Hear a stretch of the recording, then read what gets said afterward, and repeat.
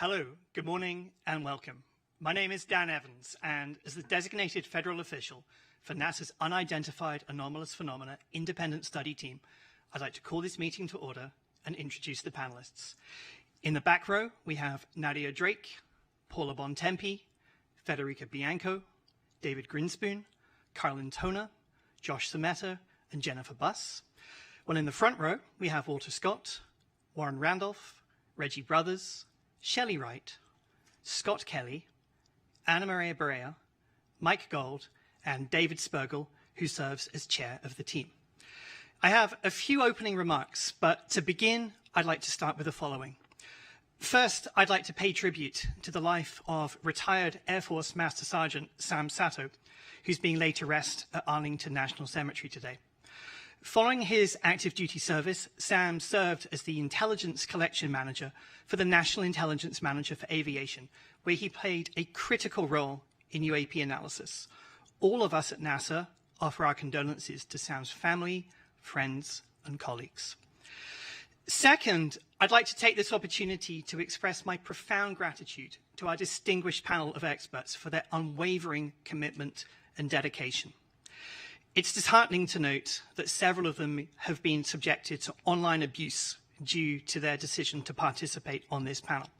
And NASA's security team is actively addressing this issue. We at NASA are acutely aware of the considerable public interest in UAP. However, it's critical to understand that any form of harassment towards our panelists only serves to detract from the scientific process, which requires an environment of respect and openness. Now, every member of our team is a recognized authority in their respective field, and they have our unequivocal support. NASA stands in solidarity with them, advocating for a respectful discourse that befits their expertise and the significance of their work. Thanks. Now, in recent years, the subject of unidentified aerial phenomena, nowadays termed unidentified anomalous phenomena, or UAPs, has captured the attention of the public, the scientific community, and the government alike. And it's now our collective responsibility to investigate these occurrences with the rigorous scientific scrutiny that they deserve. NASA Administrator Senator Bill Nelson believes that understanding UAPs is vital for several reasons, which is why he directed this study. First and foremost, it provides an opportunity for us to expand our understanding of the world around us. As an organization dedicated to exploring the unknown, this work is in our DNA.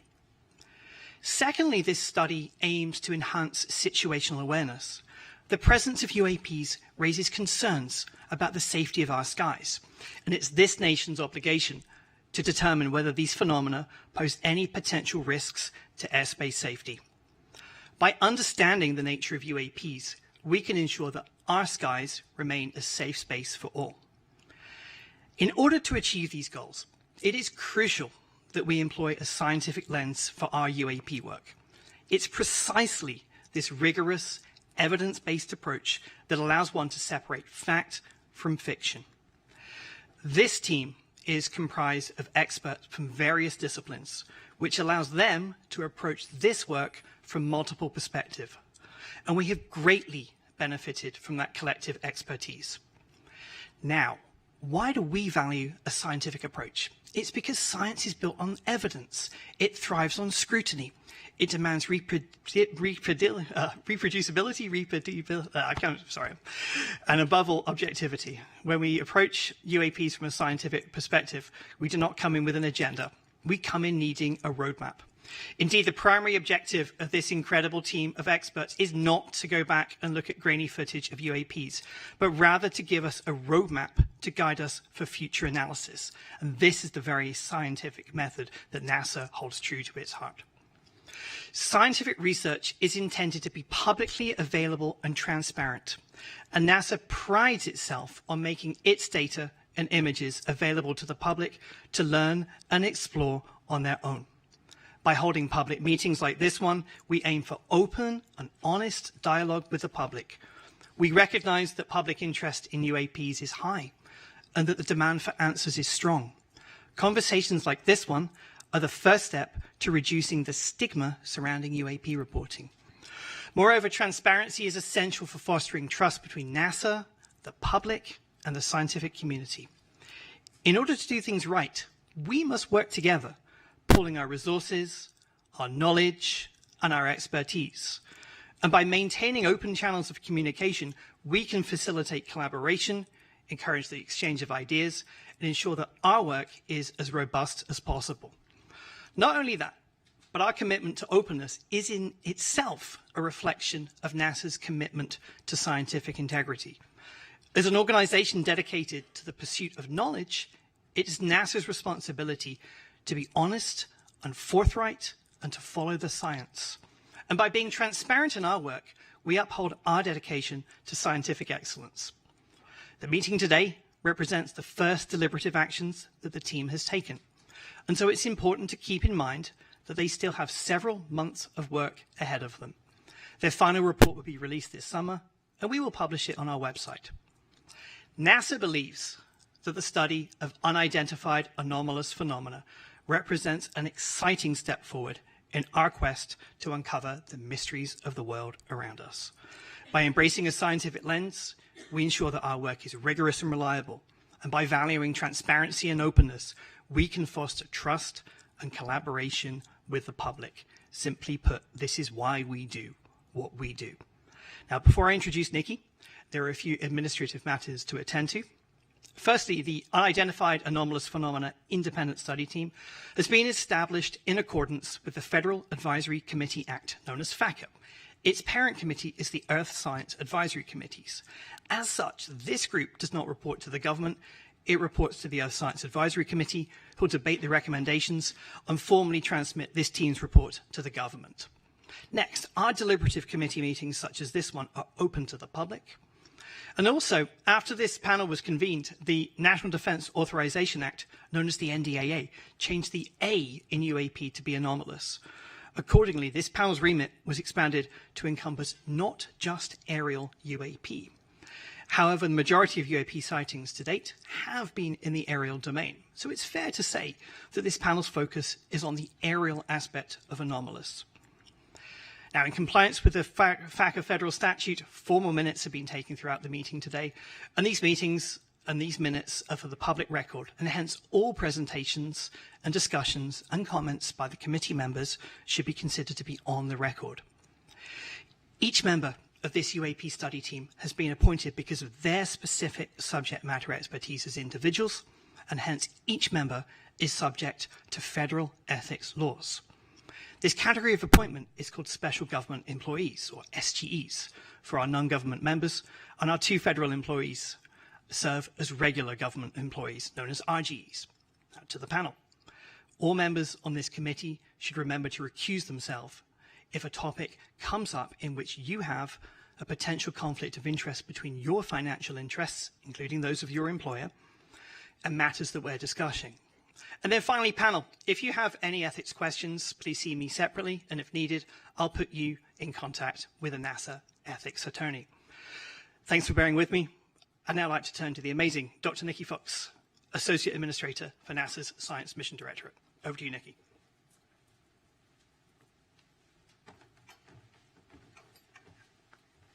Thank you, Dan, and thank you to all the members of NASA's UAP Independent Study Team. Your selfless dedication to the pursuit of knowledge is just so commendable. And I want to thank you, the audience, for tuning in today to watch our first deliberative meeting of NASA's Independent Study Team on evaluating and categorizing unidentified anomalous phenomena. Before I begin, though, I really do want to double down on Dan's words that it is really disheartening to hear of the harassment that our panelists have faced online, all because they're studying this topic. NASA stands behind our panelists, and we do not tolerate abuse. Harassment only leads to further stigmatization of the UAP field, significantly hindering the scientific progress and discouraging others to study this important subject matter. Your harassment also obstructs the public's right to knowledge. Our panelists are leading experts in the scientific, aeronautics, and data analytics communities. We are very lucky to have them on board to share their invaluable insights to inform NASA on what possible data could be collected in the future and how it can be collected to help us better understand the nature of UAP. The UAP independent study was commissioned to create a roadmap on how to use the tools of science to evaluate and categorize the nature of UAPs going forward. This roadmap, of course, will help the federal government obtain usable data to explain the nature of future UAPs. Transparency, openness, and scientific integrity are pinnacle to NASA's mission. They're at the forefront of this public meeting and have been throughout the team's 7 months on this study. As Dan noted, this is a working meeting, and so the public will have the incredible opportunity to witness the process of science in action. At NASA, we lead the world in exploration and are committed to rigorous scientific inquiry.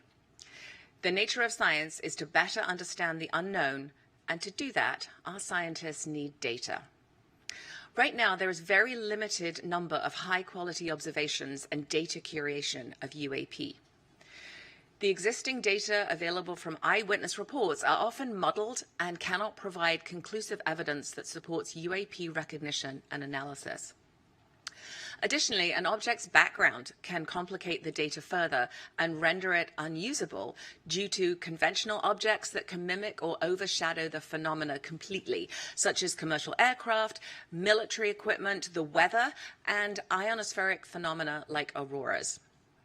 This lack of high-quality data make it impossible to draw scientific conclusions on the nature of UAP.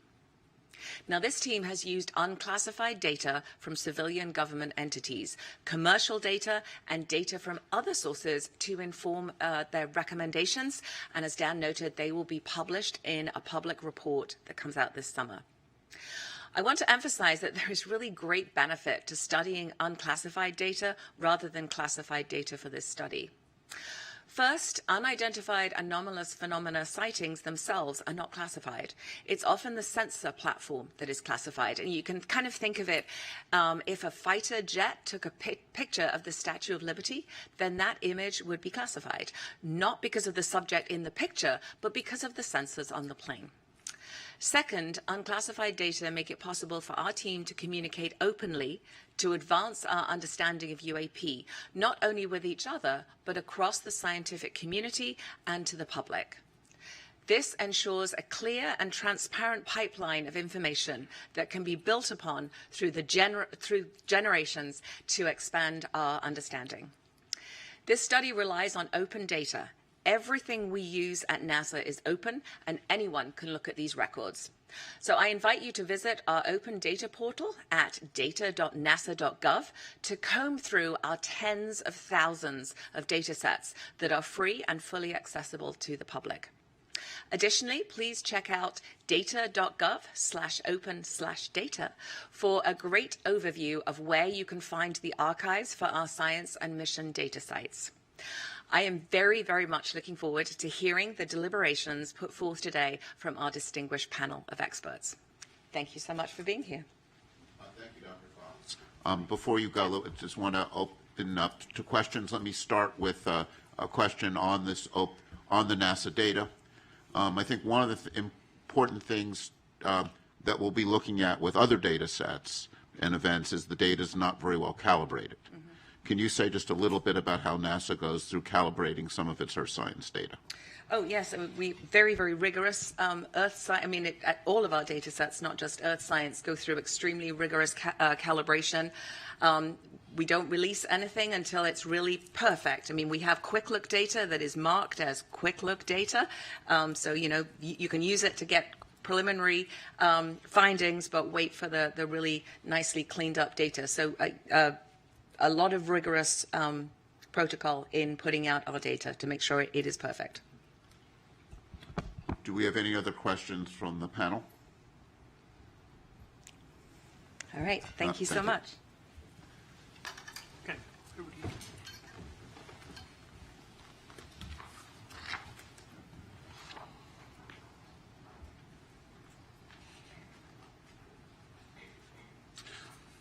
Hi, I'm David Spergel. I'm the chair of the panel.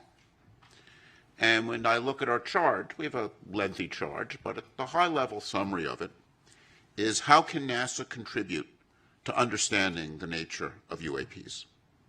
And our role here is not to resolve the nature of these events, but rather to give NASA guidance, to provide a roadmap of how it can contribute in this area.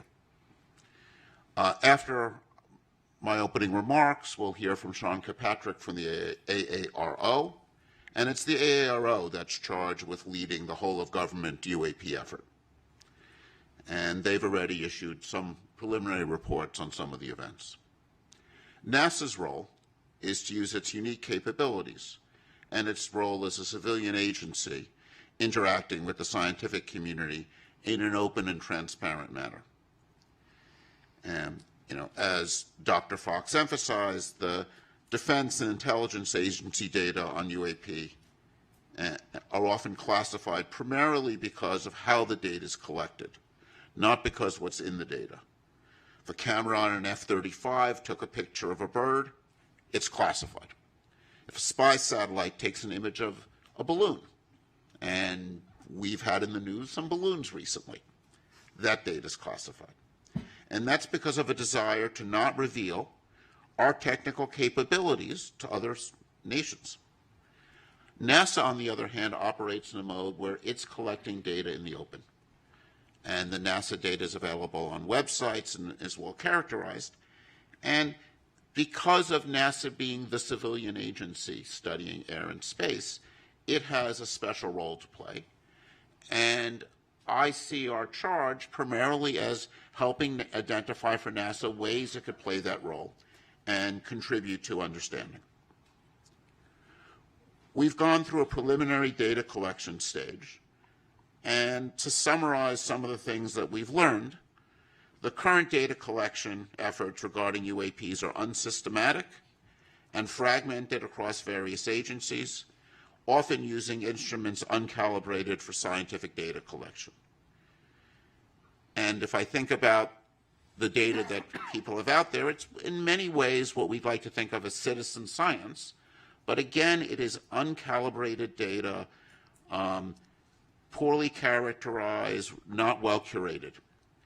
And we face, looking through this data, a significant background, a background of many of these events are commercial aircraft, civilian and military drones, weather and research balloons, military equipment, ionospheric phenomenon. We need to characterize how, when the data is taken, when it sees events like this first. The current existing data and eyewitness reports alone are insufficient to provide conclusive evidence about the nature and origin of every UAP event. They're often uninformative due to lack of quality control and data curation. To understand UAP better, targeted data collection, thorough data curation, and robust analyses are needed. Such an approach will help to discern unexplained UAP sightings, but even then there's no guarantee that all sightings will be explained. Another challenge in this area is what we call stigma. There's a real stigma among people reporting events.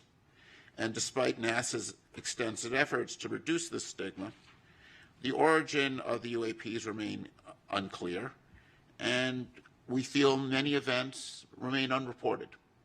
Commercial pilots, for example, are very reluctant to report anomalies, and one of our goals in having NASA play a role is to remove stigma and get high-quality data.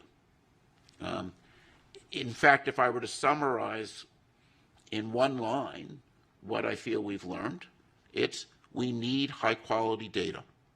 And this is not as a research scientist whose work has been primarily focused in cosmology, I would say the lesson of my career has been you want to address important questions, you need high-quality data with well-calibrated instruments. So let me now introduce the agenda. We're going to hear from a number of experts who will be presenting up to lunch. We'll then break at 12 for lunch, from 12 to 12:30. At 12:30, we'll resume, and we'll have presentations by members of the panel on some preliminary ideas for discussion. And that will be a period of time for some open discussion by the panel. We will then have a Q&A session based on questions that have been sent in advance to the website, and we've curated those questions and grouped them together, and we'll be going through a lot of those questions, and then we'll summarize. And then over the subsequent couple months, we'll work on putting together the report, and as Dan said, we're aiming to make a public report available, we hope, by the end of July. So now let me turn this over to Sean Kilpatrick. Hang on. We'll do a couple Q&As. Oh, we'll have some Q&As from me? Yeah, Okay. from the panel. Any questions on the panel?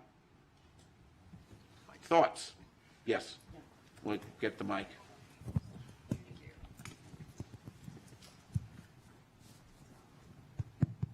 Yeah.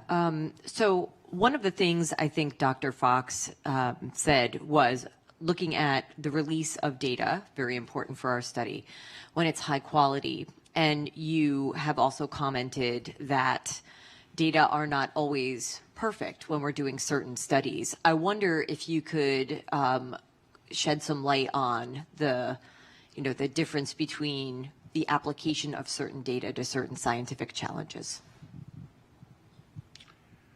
So, when you look at your camera is often designed to take an image in the daytime and might not be optimized for nighttime imaging. Or if you take something that astronomers are very familiar with, is we design our telescopes to work at night. And if the sun is not even if you would never take the Hubble telescope and point it at the sun. This would destroy its detectors. Not only that, if the telescope is pointing there and the sun is over there, even though you're not looking at the sun, reflections off of the optics will produce what we call ghosting. And that kind of ghosting produces some very strange images. And this, one of the many things we need to worry about when we see unusual things taken from a camera is, even if you're pointing the camera there, was the sun over there? Those kinds of anomalies degrade the quality of the data. And that's why it's very important to work with well-characterized instruments and to be, using them in ways in which you understand what's going on. So I think if you look at, data taken from the James Webb Telescope or from the Hubble or any of these things, and these are, telescopes looking out in space, you'll see some really, at first funny phenomenon. When a telescope points at a star that's bright, it saturates the detector and puts bleeding down the detector. And you'll see phenomenon like if there's a bright star off to the side of the, not even when you're looking at, you get this effects where light bounces off of dust in your telescope and produces a sort of diffuse image that has some really strange properties. So, when you see something unusual, the first thing you have to do is understand how that data was taken. And I think this is one of the challenges one faces when you have data taken by uncalibrated instruments years ago. It's very hard to know what's taken. It's very hard to draw conclusions. I think that's one of the challenges with archival data. And I think having dedicated, well-calibrated instruments, I think, will be important here as in any other area to understand what's going on. So, David, anomalies are so often the engine of discovery. Maybe you could say a quick word about high-risk, high-reward research in your field of cosmology and how you see that impacting the UAP study as well. So, An area that comes to mind is fast radio bursts. And the Shaw Prize was just announced yesterday, awarded to the discovery of fast radio bursts. And these are these bursting signals that go off all over in space. And it's an interesting story because some of the bursts were real and are fascinating, and some of the bursts, there was a series of bursts observed by this observatory in Australia, and they had really strange structure, and people couldn't figure out what was going on. And then they started to notice a lot of them bunched together around lunchtime. And what had happened was the people at the observatory would heat up their lunch in the microwave. And something they would do is they would open the door of the microwave oven before the microwave stopped. This is bad for your microwave oven. It wears it out. But not only that, it produced a burst of radio signal that was picked up by these sensitive detectors. So this, I think, is an interesting lesson. Some events end up being something unusual and conventional, but some events with these FRBs turn out to be these powerful explosions which are taking place at cosmological distances. Their nature is still not fully understood. I think they're one of the really most fascinating objects we have, these bursts going out all over space. They're interesting probes because they're kind of lighting up space between here and there. And they're a subject of very active research. And if one looks at the history of these FRBs, at first they were discovered, not believed, then finally confirmed, and they were discovered by instruments that were very sensitive but not optimized for this. And now what we're doing is we're optimizing instruments and optimizing software to look for these events. And it's often these surprises that turn out to be most interesting. And, there are phenomena like sprites, which you can think of as upward-going lightning, which were seen by commercial pilots and somewhat not believed, right? Because they were very strange. And it was really only when we were able to take very high-speed imaging data, data taken often from places like the space station, that we were able to see that and learn about these fascinating ionospheric phenomena. So it's surprises are really interesting. I mean, I think this is one of the fascinating things about the UAP phenomenon. If it's something that's anomalous, that makes it interesting and worthy of study.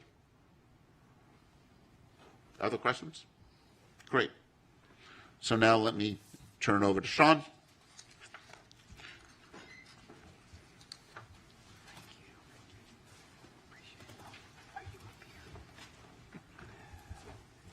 Thank you, David. Dan, it's a pleasure to be back.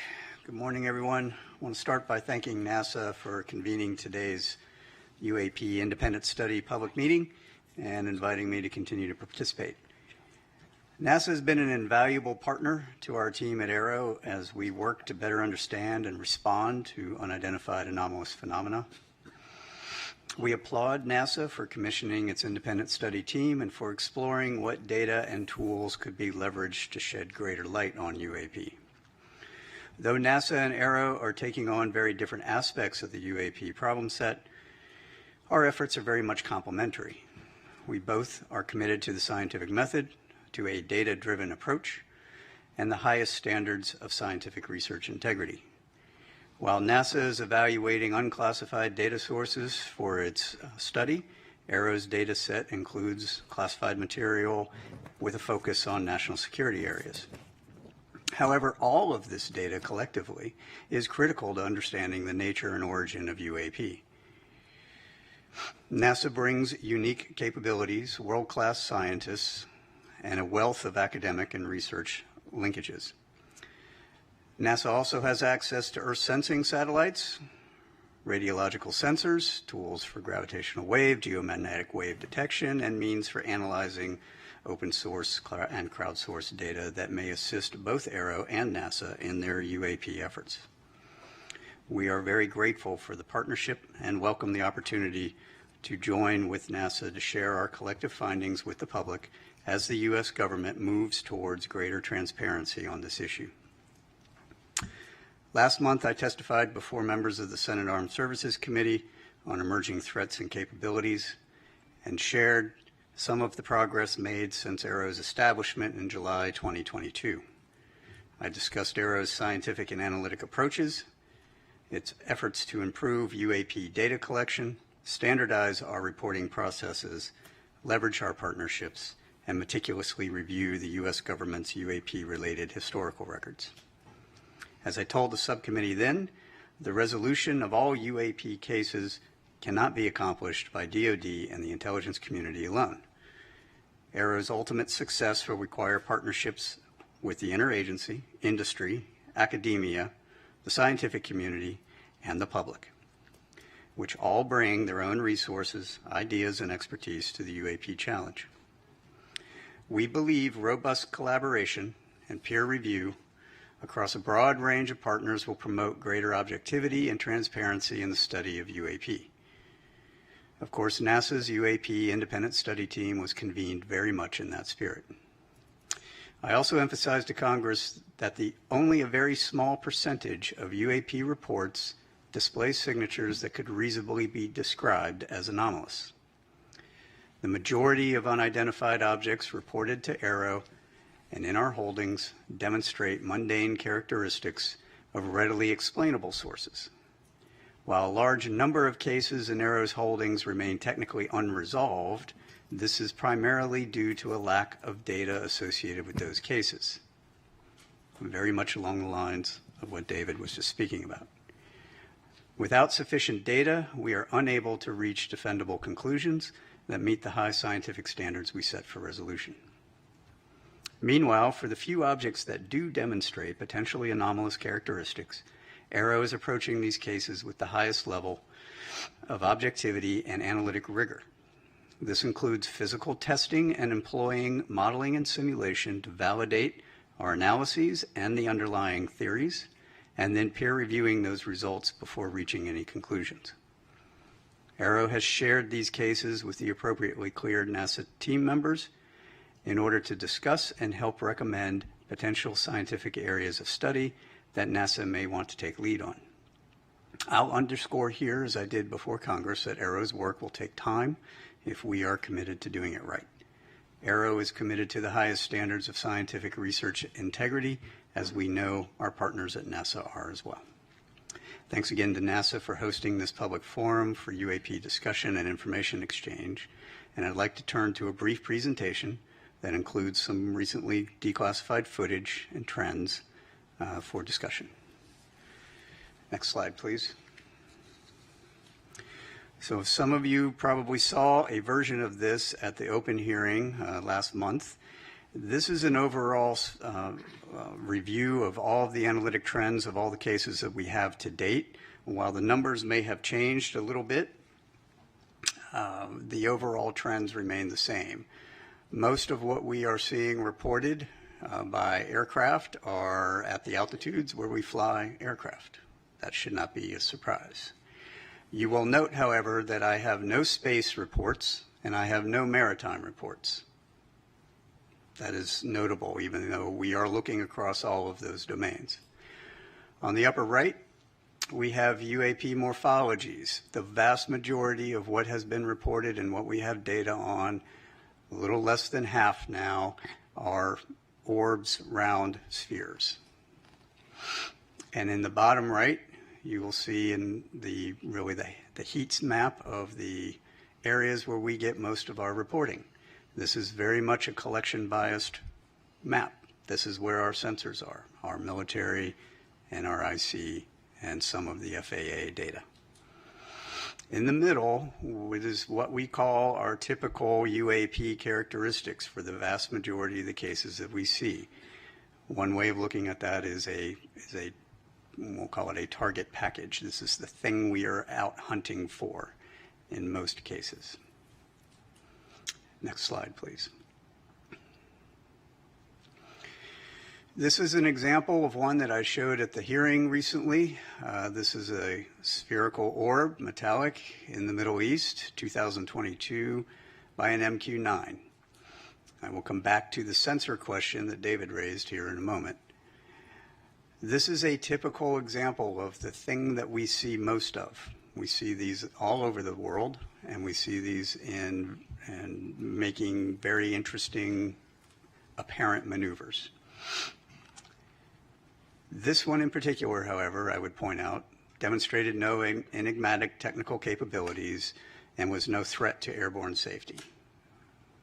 While we are still looking at it, I don't have any more data other than that. And so being able to come to some conclusion is going to take time until we can get better resolved data on similar objects that we can then do a larger analysis on. Next slide, please.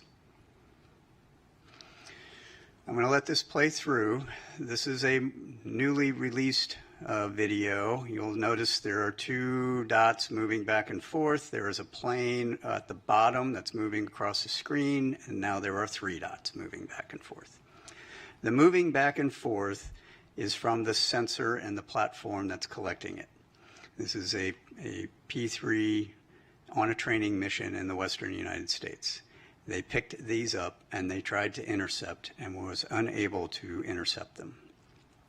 Apart from that motion, and you'll see a little bit of defocusing from the sensor itself, there is no other oddity about this, except for the fact that they couldn't catch them. The reason they couldn't catch them is because after further analysis, it was shown that those objects were actually much farther away from the P3 than they thought. And in fact, when we went even deeper, looked at air traffic control data, we were able to match those to aircraft on a major flight corridor heading into a major airport for landing. This is the kind of thing that can spoof and or provide misperception of both very highly trained pilots as well as sensors, right? And this was reported as an odd grouping of 3 UAP. All right. That is not to say that the pilots didn't know what they were looking at, or they knew what they were looking at, but they weren't really sure. But it also is meant to say that when they're not sure, they're reporting it now, and that's what they're supposed to be doing. And then we have to go look at it.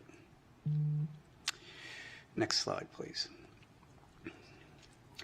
That brings us to really what is Aero doing in the science and technical realm. So this is one of those areas that I'm going to expound a little bit more on than we did in the last hearings. Aero has a robust scientific plan that we are required to then provide to Congress here pretty soon. One of the first things that we're doing is looking across all the existing sensor data against that typical UAP target that I gave you up at the very first slide. That goes beyond DoD and IC sensors. That's commercial, that's civil, that's and with partnership with NASA sensors and NOAA sensors.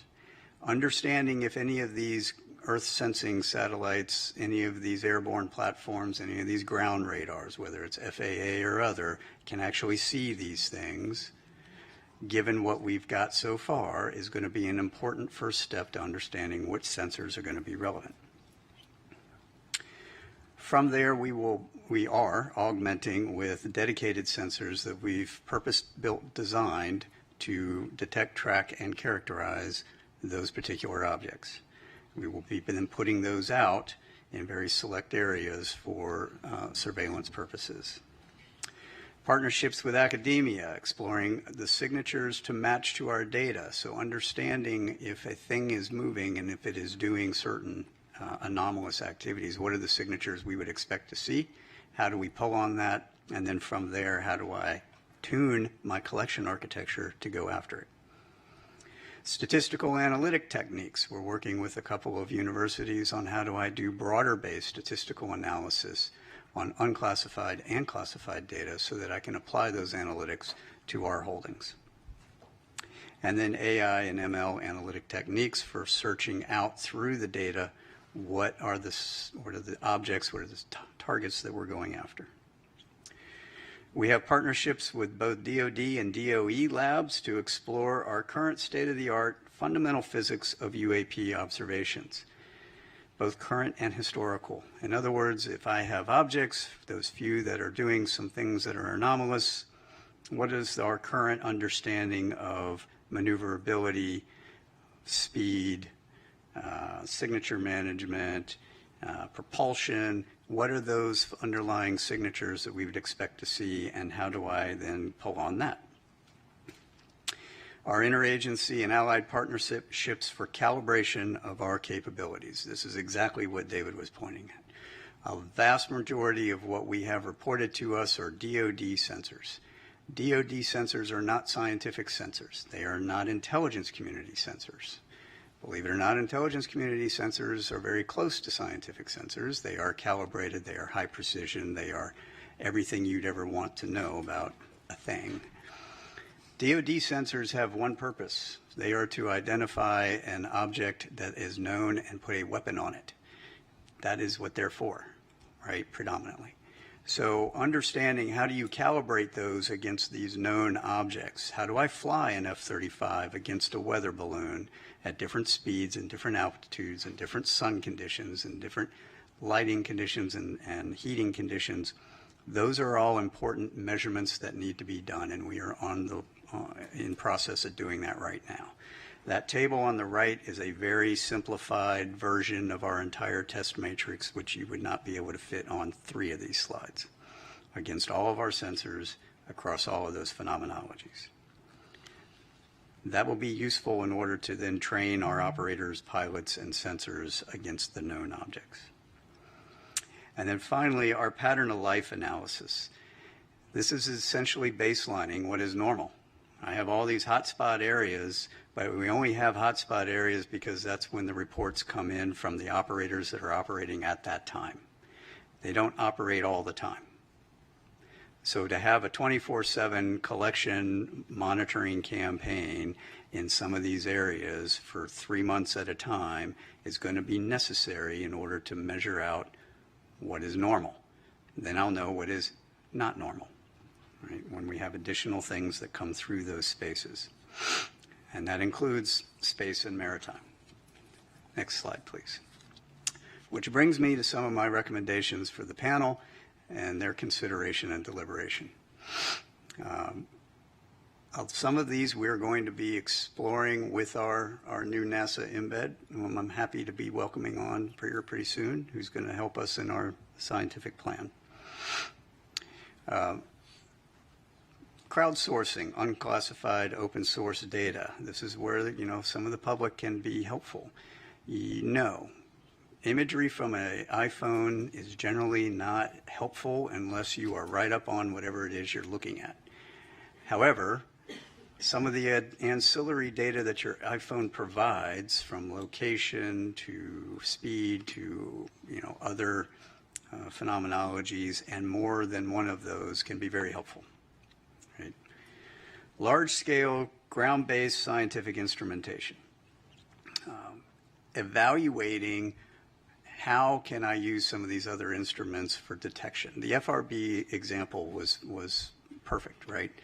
You have a bunch of large-scale instruments that were not designed for that, yet they picked them up because there was a microwave. Well, we have a surrogate target package of what we think these things are, at least from what we've got reported to us. That was in the front slide. Understanding how can I evaluate that against all of these other instruments, and do any of them have a chance of picking anything up that would be helpful in tipping and cueing us to get other sensors on target.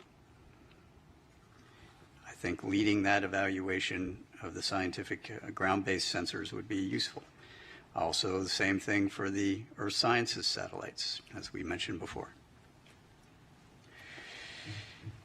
Intentional vice coincidental collection. So looking at how can I provide a tip and cue to both the ground and space-based scientific and academic sensor community to put additional sensors on a object when it is reported. I'm currently doing that with Aero, the Joint Staff, the commands for when they get tip and cue, right? So a pilot says something, they see something, they report it in, and we're going to turn on a whole bunch of new collection to go after it. I should be able to hand that same tip and cue to the scientific and academic community. So looking at how that works would be helpful. Peer reviewing advanced capabilities, the parameterization and the publication of that have not yet been engineered. We understand a lot of fundamental physics. It is the scientific community's responsibility to explore and document those fundamentals in peer-reviewed scientific journals to match to data so that we can weed out all kinds of different hypotheses, right? That's how science works. We need to make sure that we are doing that. I think leading that conversation would be very helpful from NASA's perspective. Archived scientific data. So we have a whole bunch of calibrated, large-scale scientific data from all these different instrumentations around the world. Taking a look at how can you apply maybe some AI, ML tools to search through that data for anomalous signatures that may correlate to things that we've got reporting on. That would be an interesting study. Distributions of sightings. I think this is a low-hanging fruit one, right? So if we take a look at all of the distributions of sightings that are outside of my national security areas that I've got classified reporting for, and they generate the similar distribution map as we've got, and we put those two pieces together, now I have a holistic picture. And then, of course, our foreign partnerships, building a robust scientific community of interest, review data, capabilities, conduct analysis, expanding upon our military and intelligence collaborations across the world into the scientific and academic world. And with that, those were my thoughts.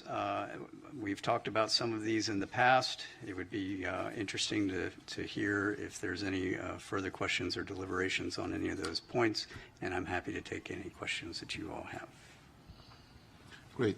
Thank you, Dr. Kirkpatrick. And I also want to take this opportunity to thank you and the AARO for your openness in providing this committee with insight and information about what you've learned so far, how we could work together. I think this is very much an area where it's going to be essential that NASA be a partner and be a good partner for AARO. And I think you're really want to thank you for your role with this committee in helping to start to build that partnership. It's been my pleasure. And let's, Reggie. Hey, Sean, thanks for the briefing. Question. We talked a lot about data already. Let's talk about sensors for a second. So you mentioned that you work with labs, academia. Do you see a need to go beyond what you mentioned earlier? That is the type of sensors we have right now, which are based on national security threats and certain phenomenologies and frequency ranges, these kinds of things. Do you see a reason of going beyond that? Yep, And absolutely. So what are some of the challenges you see there, materials or what have you? So can we go back to the front slide, just the first slide where the target characterization is? So we've purpose-built a couple of sensors to do search across that. Nope, down one. There you go. That's great. To go down some of those characteristics to see if we can find them correlated to pilot reporting. All right. Some of those are initially, this is going to be, I'm going to say this is a bootstrap method, right? We're doing a broad spectrum search across very few indicators that we can point to that will enable us to get a little bit more data, refine that, narrow those sensors and go from there. So we aren't just relying on the DoD and IC sensors that exist today because frankly they don't point to where we want them to point, right? I mean, I'll be frank with everyone. We can point the largest collection apparatus in the entire globe at any point we want. You just have to tell me where I want to point it. The second piece of that is a lot of what we have is is around the continental United States. Most people, including the government, don't like it when I point our entire collection apparatus to your backyard, right? It's not allowed. We have some laws about that, and we've got to figure out how to do this only in the areas that I can get high confidence there's going to be something there, and high confidence I'm not going to break any laws doing it.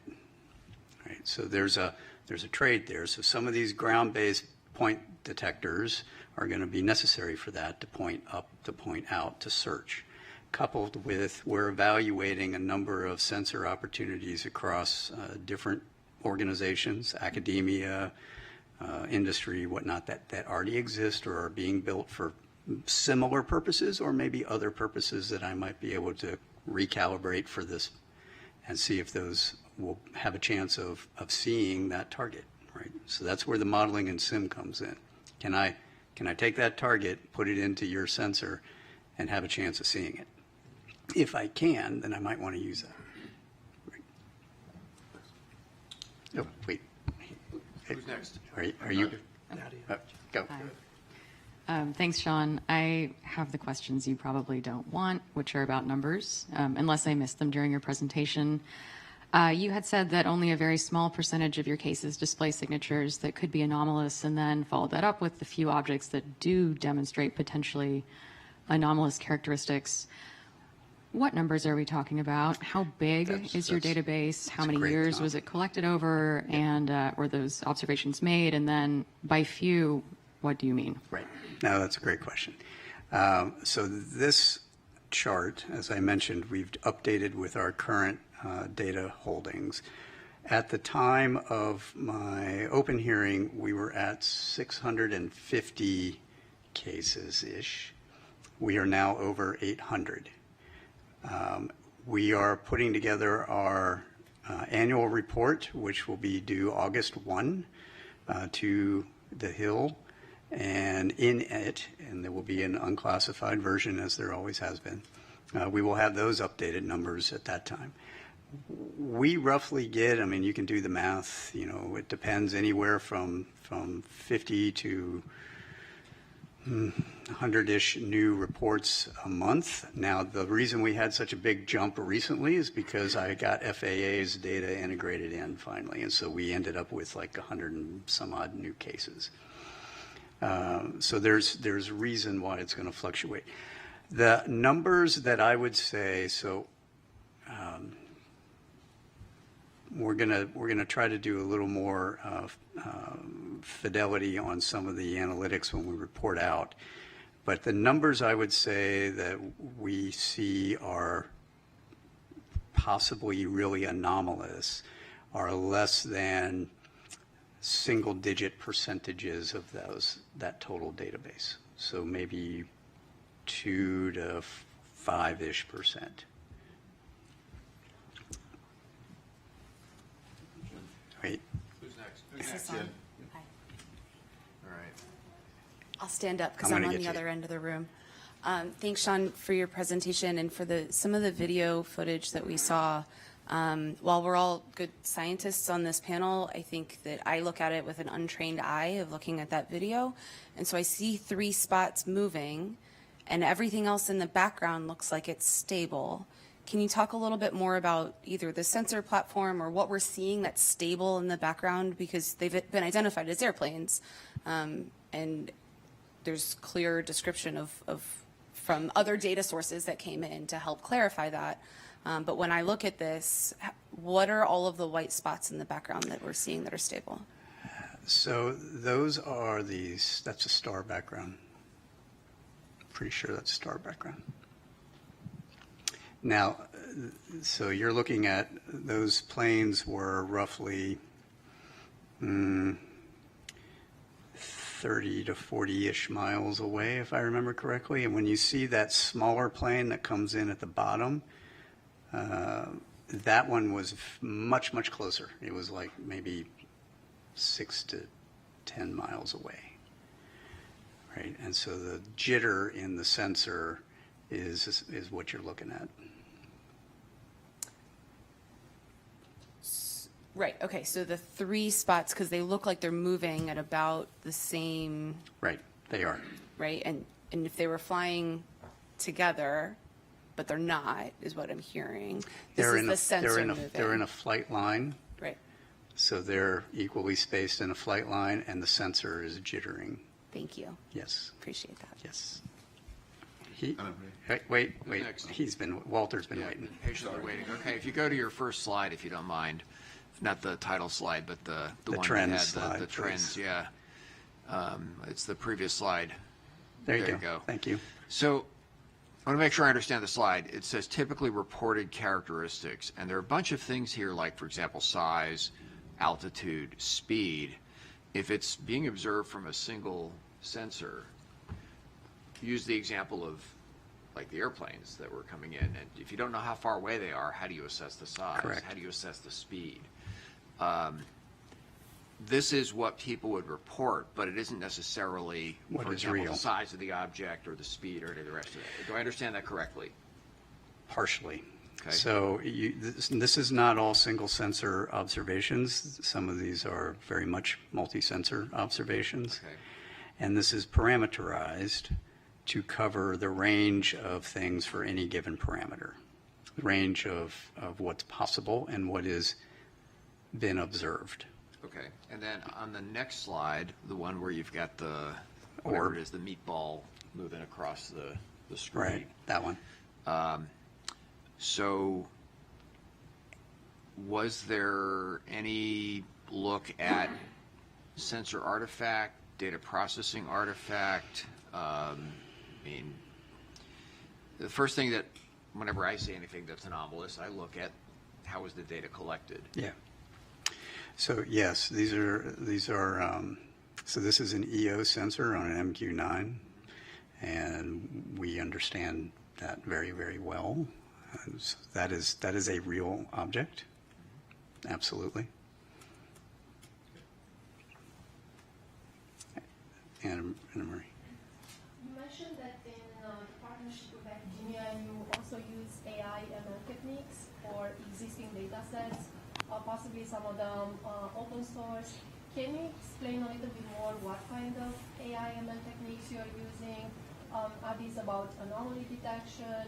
Are you using anything related to natural language processing? Are you using anything related to computer vision? Right. So we're looking at a number of different capabilities that span, I think, a lot of what you've just said. So we've got,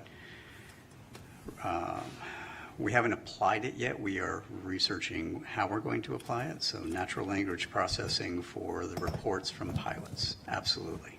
All right.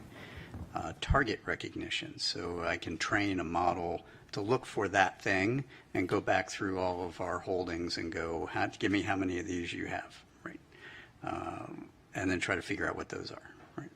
So I have not put anything out there yet, or have not looked at anything yet for active targeting in real time, because I don't know exactly what I would train it to go look for. I just know what we have. So I want to get more confidence on what we have before I go and do that, except for balloons, right?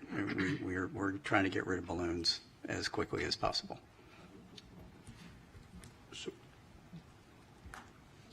So, Sean, I just wanted to begin by thanking you for your service to this nation, this committee. You don't exactly have the easiest job in Washington. So No, I do not. appreciate it. I'm glad you recognize that. Yes, we certainly do. I also want to commend you noting the international partnerships. Spain just signed the Artemis Accords yesterday, increasing the membership to 25.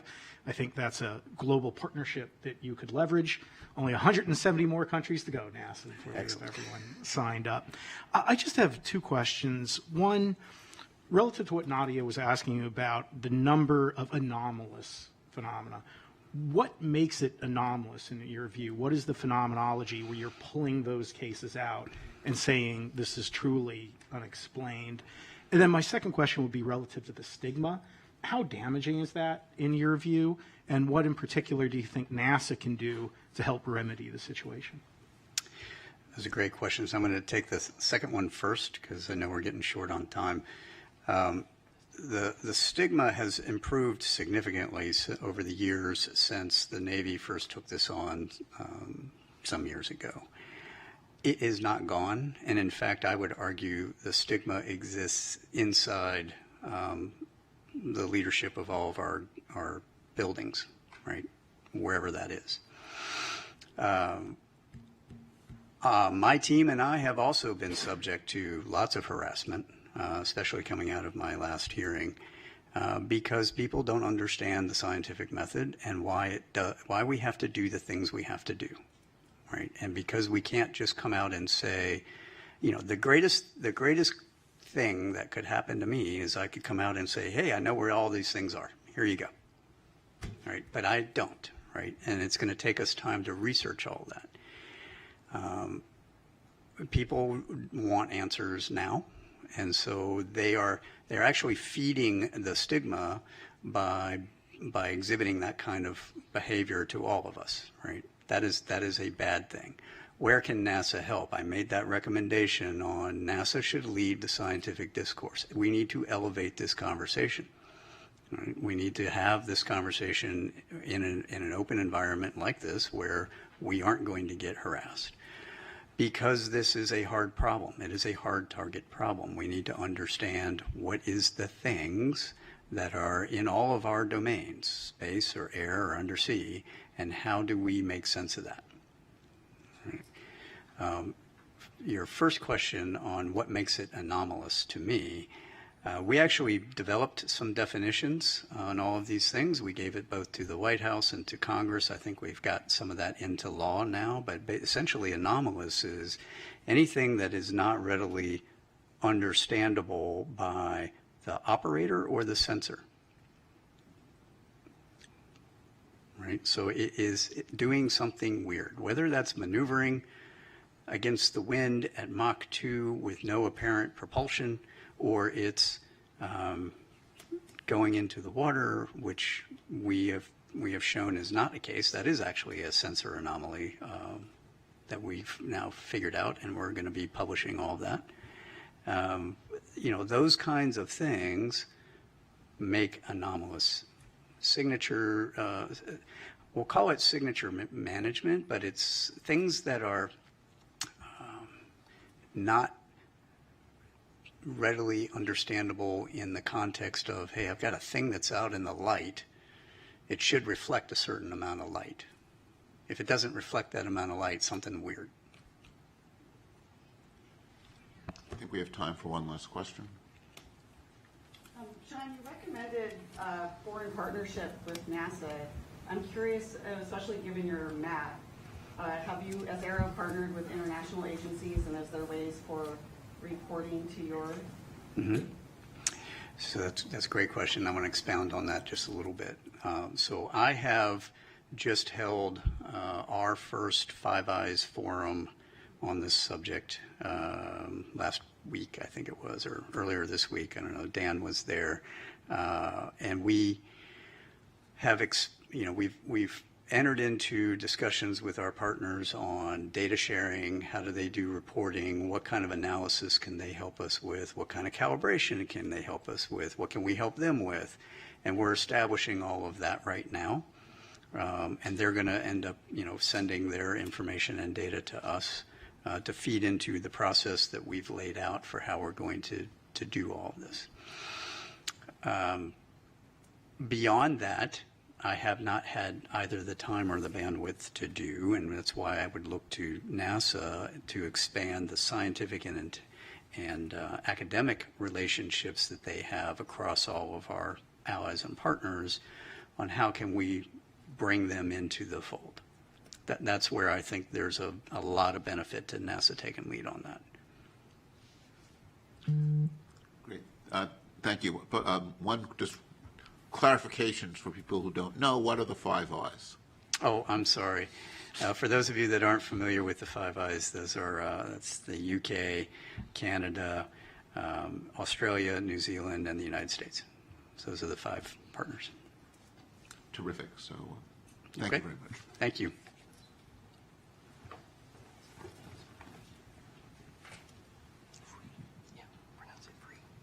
So our next presentation is from Mike Free from the FAA, talking about the FAA's role and what's learned.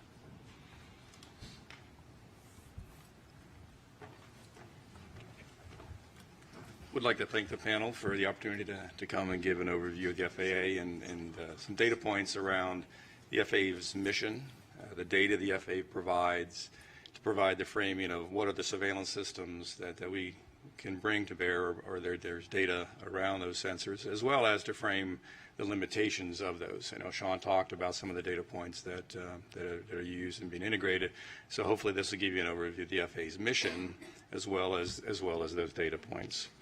Next slide, please.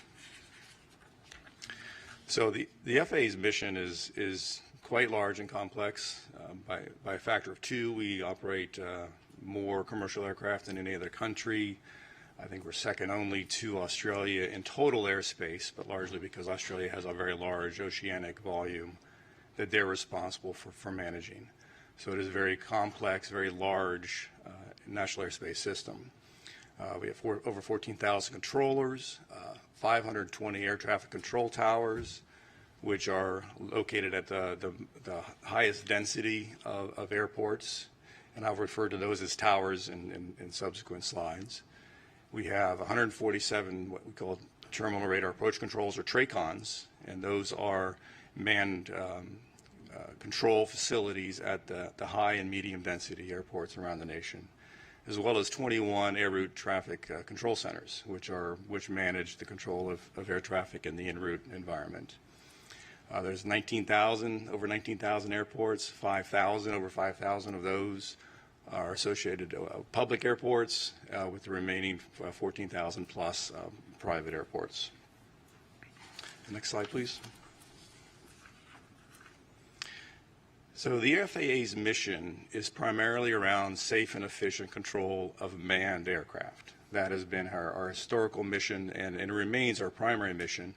Certainly as we talk about new entrants with UASs and advanced air mobility and some of those things, there will be an evolution of the FAA's mission to include safe operation of the NAS with those new entrants. But the architecture and design of the NAS is geared around safe and efficient control of aircraft and manned aircraft. Certainly the commercial aspect, the commercial flights are a primary focus of the agency. We certainly support general aviation and flights as well. But again, our mission is around manned aircraft and safe and efficient operation of those. By the numbers, over 16 million flights yearly, 5,400 flights at peak at the peak time of any given day, 45,000 daily flights, 25 million GA flight hours per year. A very large, very complex operation that we're responsible for managing. We certainly provide a significant contribution to that service to the nation in the form of product toward a GDP. Next slide.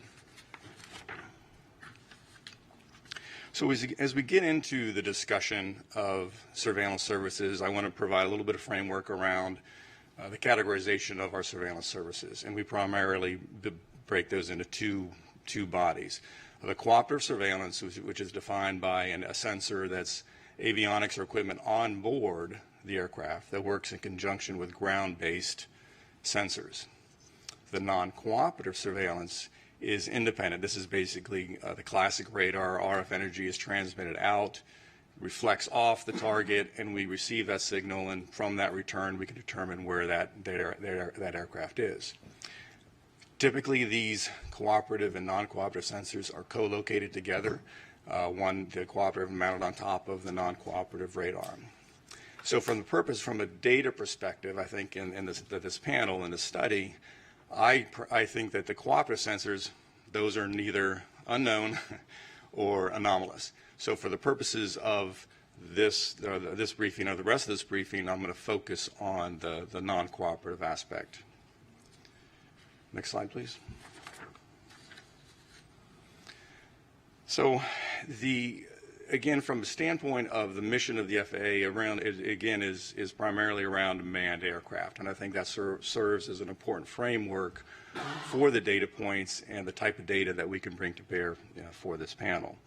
So we break our systems and the design of the systems into different types of systems. So we have short-range radars, which are typically located at the high and medium density airports. And those operate from a range, they have a detection range of between 40 and 60 miles and an altitude detection capability of about 24,000 feet.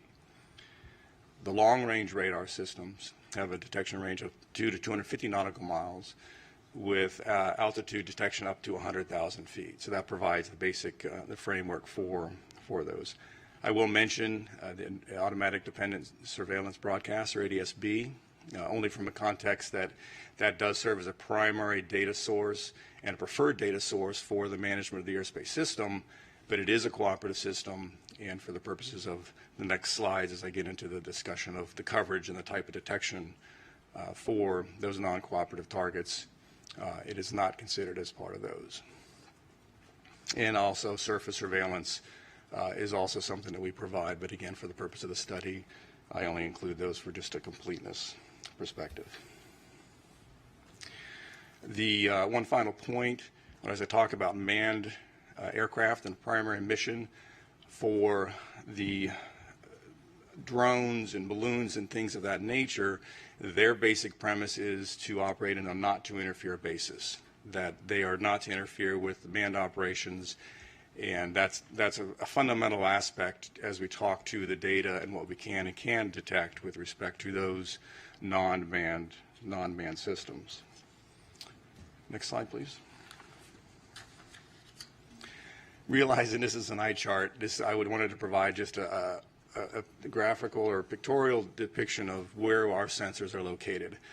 The green, blue, and pink balloons, if you will, represent our short-range radars. Those are located at airports.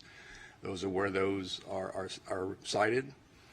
The two reddish balloons, they have letters in them, a 4 and a C. Those represent our long-range radars, the ARSR 4s and CARSR systems that are used in the context of both from an air traffic control perspective as well as for a national defense and homeland security mission. And the perimeter, the ARSR 4s are located around the perimeter of the country, equally spaced, and the CARSR systems are located on the interior of the U.S.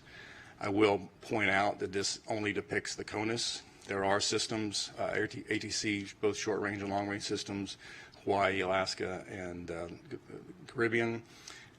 Those are not depicted here. I didn't think they were necessary for the purpose of understanding the surveillance. And I will also point out that both for this slide and the subsequent coverage slide, I do not talk to any classified DoD or DHA systems that are in operation. Okay. Next slide, please.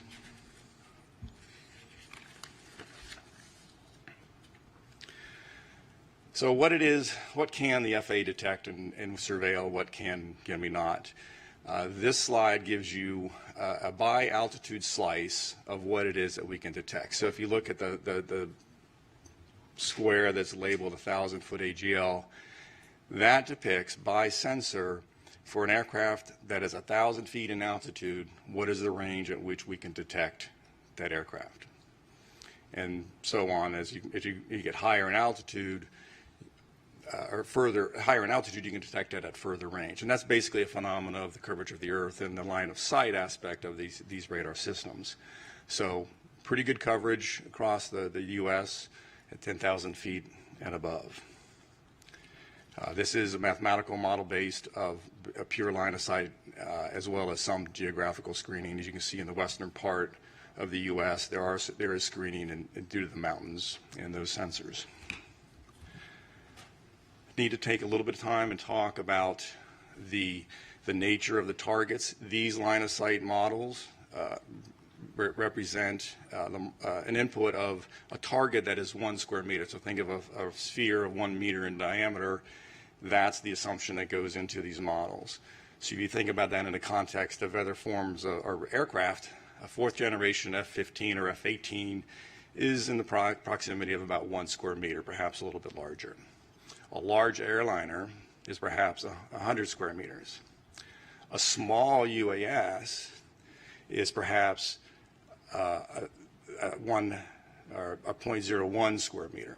So the range of these detections, or the size and the ability to detect these targets from an F-15, large airliner, 100 times larger in size, a drone 100 times smaller in size. So the detection and the surveillance capability really largely depends in part to the target that we're talking about and the ability to surveil that target. All right, next slide. So I do include this ADS-B coverage slide just to give a context of, from a cooperative perspective, there is very good coverage across the U.S. to 1,500 feet above ground level. So this provides a context of when we look at the data and start getting into discussion of what it is we can detect. This will certainly be, for those cooperative aircraft that have ADS-B, we could certainly detect those to a pretty low altitude across the U.S. All right, a couple of data points. I think I know Sean certainly talked about some of the data points, and I can provide a little bit of insight from an FAA perspective. Drones are a pretty significant challenge. There's 880,000 registered drones in the U.S. Small drones, I should say, Part 107 drones. Many tens of thousands of those are operated on a daily basis by commercial operators. It's not clear how many private drone operators are taking their drone up for a quick flight. But as I said earlier, those are regulated they're regulated to operate below 400 feet in altitude. So again, it's the drone aspect is for those small drones in particular, and as well as all classes of drones. There are regulatory restrictions to where they can and cannot fly, basically avoiding and not interfering with manned aircraft operations. Second data point, we talked about balloons. The Weather Service, we know on 92 weather stations that release balloons twice a day. At 6 a.m. and 0000 Zulu and 1200 Zulu. Typically 2-hour duration. They fly up to 100,000 feet where the envelope bursts and then the payload descends back to Earth. So certainly, at least 184 balloon flights daily in the NAS. Not to consider universities and hobbyist balloons that may be launched, but those are typically small in size. And finally, Sean did talk about UAPs and FAA data. A couple of data points that we do report. There is a process by which air traffic controllers can report UAP sightings or events. Historically, those have been in the range of about 3 to 5 reports per month that have been reported.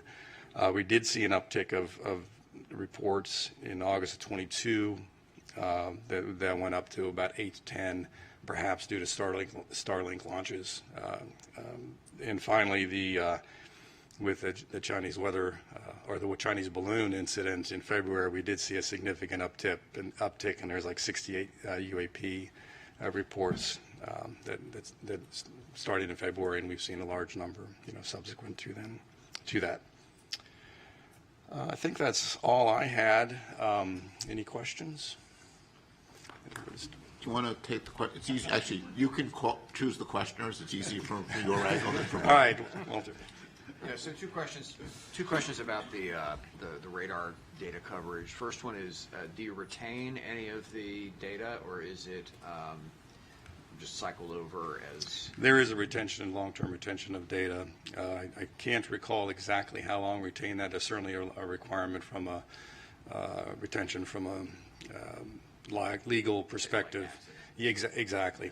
But I do know there is some periodicity measured in a term of months. Is it retained in terms of like the raw radar, or is some processed form of data that's retained? I believe it's a processed form of data that is what was displayed on the, whether it's an en route ERAM system or the STAR system. And then the other question is for the radars, are they operated in any sort of a tasked mode, or are they constant search mode? The current systems in our inventory, just they're fixed face, and they just rotate at either 12 RPM or 5 RPM, depending on whether it's an en route or a terminal surveillance requirement. All right, next question. Yes. Mike, forgive me if you mentioned this earlier. You said, like, I think you said 3 to 5 reports per month. Per month. Out of how many? That is 3 to 5 reports per month for all of the controllers in all of the U.S. So there's a process by which if they see something and they want to report that, they can go to report that to the den, we call it, but report, hey, I saw something, I don't know what it was. So that's 3 to 5 per month across the entire 14,000 controllers per month. So, 45,000 operations any given day, 30 days, however many days in a month, it's a very small percentage. Can you describe actually about this? How do you encourage to report? Do you feel like the stigma on UAPs is impairing the reporting? Do you feel the reporting is biased? I'm not aware I'll answer it this way. The process by which UAP is reported is part of the air traffic controller order. So basically, the air traffic controllers are allowed. It says, if you see something, here's the process by which the procedure by which you would report it. Other than that, I'm not aware of any specific stigma or limitations, and I'm probably not in a good position to speak to that. Other than there is that process, and that is the process that we use, and is what represents those numbers I talked to. And if I may have, I had a question prior to this one. How do you decide the sites where you deploy? You saw the map, and it has some very good coverage on the coastal areas. There were some areas of lack of coverage. Yeah. So if you go back one slide from what's presented here, what you'll see is in the eastern half of the U.S. there's a lot better coverage, but that's because there's a lot more population in the east, and therefore a lot more airports. And these systems are historically sited at the airports in support of those airport operations. To the west, obviously, less dense and fewer systems. Now, that's from an ASR, the short-range radar perspective. The long-range radars are pretty much equally spaced in order to provide the maximum coverage from a homeland defense and security perspective, as well as with higher altitude flights, the en route cruise phase of air traffic control. Warren. Mike, first, thank you and the FAA for coming to share this information with us. Second, can you speak to a little bit of the filtering techniques that we use? So with respect to, I know Walter had a question about the raw data and process, but can you just talk a little bit about, we actually aren't trying to detect everything. That's actually a very good question and a very good point with respect to what we can and cannot see. So there are, the closer to the ground you point a radar, certainly you can get lower elevations, but you also start to see the effects of trees and other ground-based clutter, as we call it, that starts to interfere. So we have great ability to detect a lot of things, but from an FAA mission perspective, our desire is to find that sweet spot of seeing everything to as low an altitude as we can to maximize our mission around safe operations of manned aircraft. Now, to pull that thread just a little bit further, there's also limitation with respect to biologicals or insects and dust and things of this flavor that most aircraft fly above a certain speed.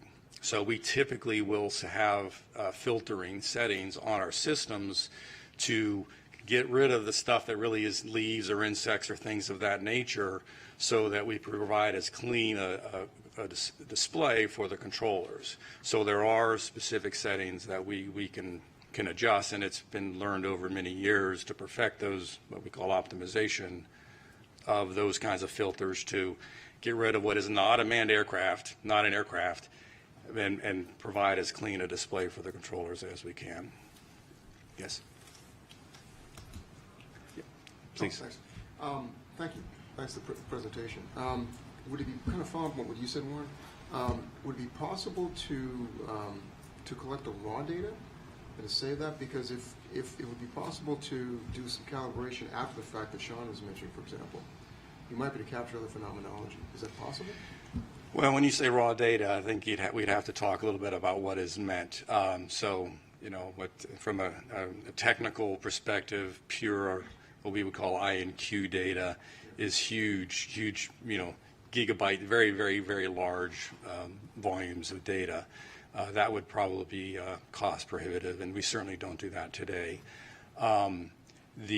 There are, again, we do record data, but it is effectively the data that has been through some form of these processings and these filterings. We do that today, but it certainly, with enough time and money, we could certainly collect that data, and I think it would be we'd have to look at the challenge of how we would go about modifying the systems or introducing new ways to collect that raw data as you described. Certainly it's feasible, it's possible, but it's not without technical challenge. One more question on the Yes. 184 balloon flights daily.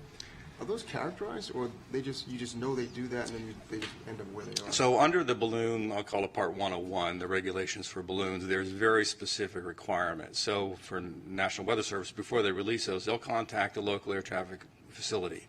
They're going to say, here's what time I'm going to release it. And when they release it, they have tracking, and they provide that tracking to the air traffic control facility throughout the flight of that particular balloon. There are commercial balloons that are also launched, but those for the most part, as I understand it, they actually transmit their GPS position in support of where they're flying, so as to ensure they're not interfering with air traffic, and to ensure the air traffic controllers are aware of where those balloons are operating. Yes, ma'am. So we've talked about reporting the 3 to 5 per month from air traffic control, but what about from the non-cooperative surveillance? Has there been anomalies from the sensors themselves? And if so, what is the process for that? I'd say the FAA mission is not around anomalies with the non-cooperative sensors themselves. So as we build an air traffic control picture, we have both the non-cooperative systems, which detects the target. We have a cooperative system that also detects a target, and we will tend to merge those targets together. And so on a controller's display, they'll know, is this a non-cooperative only or a merged or combined target, so that they know, basically an increased level of confidence that on what it is they're seeing is in fact a real aircraft. So we don't make any real distinction between a non-cooperative and a cooperative, other than how they get combined and put on a controller's display. So I don't know if that answered your. Unregistered flight? So like a GA flight that is flying visual flight rules, those will just be picked up by the, if they're not equipped with a cooperative avionics, those would just be picked up by the non-cooperative system that if they happen to surveil where that aircraft is flying. And so that certainly will be put on the controller's display, and they will be able to provide awareness. In fact, there's a flight following procedure by which GA pilots can ask for, hey, I'm not squawking, or I don't have a cooperative system, but please help me, and just via the radio, I'm going to go from here to here and providing awareness, situational awareness, if the controller has the bandwidth to provide that data. One last question. Yes.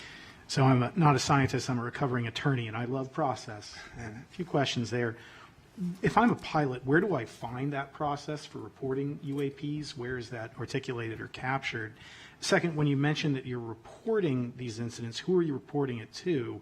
And are those incidents, pulling on the thread that Reggie started, are they being archived anywhere? I believe they are archived. They're reported to the domestic network, event network. It's an FAA organization or function. I can't speak to whether they would be, say, part of what Sean would include as part of his database. I presume so. So I think that was the answer to the second question. What was the first question again? I'm sorry. Where does the reporting process live? If I'm a pilot, I see a UAP, where do I go to find out? That I don't know the answer to that question. Like I said, I'm familiar with the reporting process from a controller perspective and the order that's used to define how controllers do their job. I am not. I don't know the answer to the question from a pilot perspective. Gotcha. Great. So thank you, Mike, for your presentation and for all the help the FAA has given us as we've been learning more about the very impressive system that the FAA maintains. Thank you. I know. Thank you for having me. You know, for me, one of the many takeaways from this is feeling, just a little bit safer every time I fly, and thankful for you and your colleagues for what they do to make that possible. Thank you. And we're now going to take a quick lunch break. We'll be back at 12:30, and see you all soon.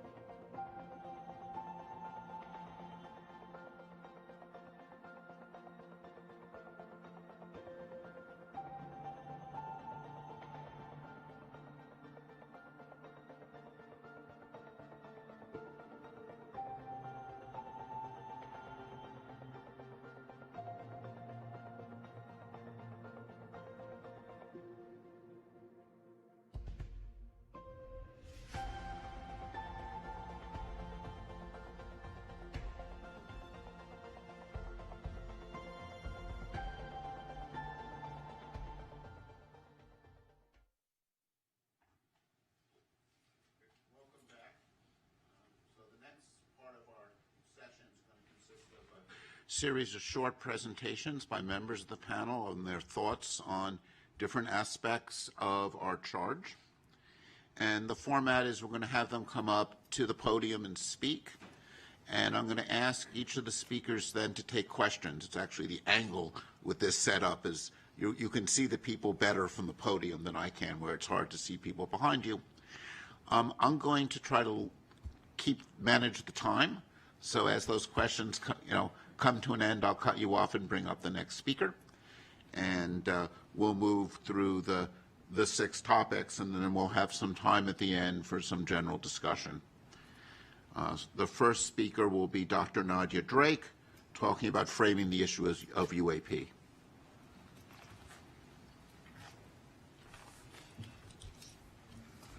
Hello, and welcome back from lunch, everybody, and a welcome to those of you watching us virtually. I'm Nadia. I am a scientist by training.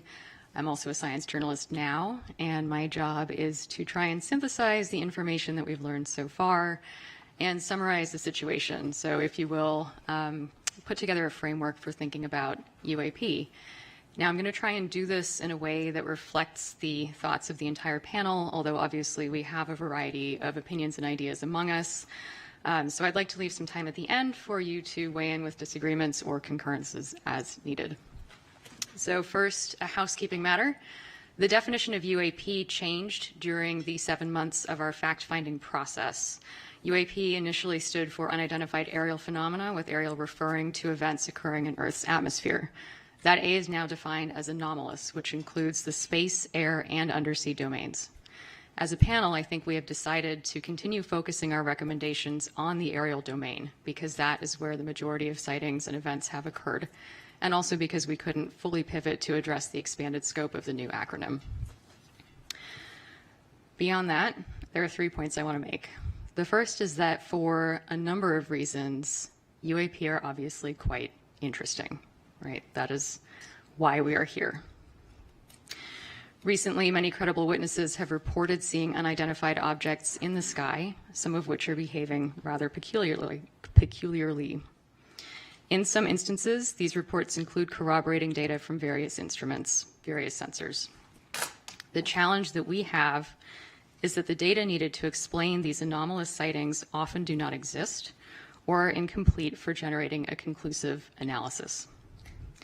This includes eyewitness reports, which on their own can be interesting and compelling, but often lack the information needed to make definitive conclusions about an object's provenance.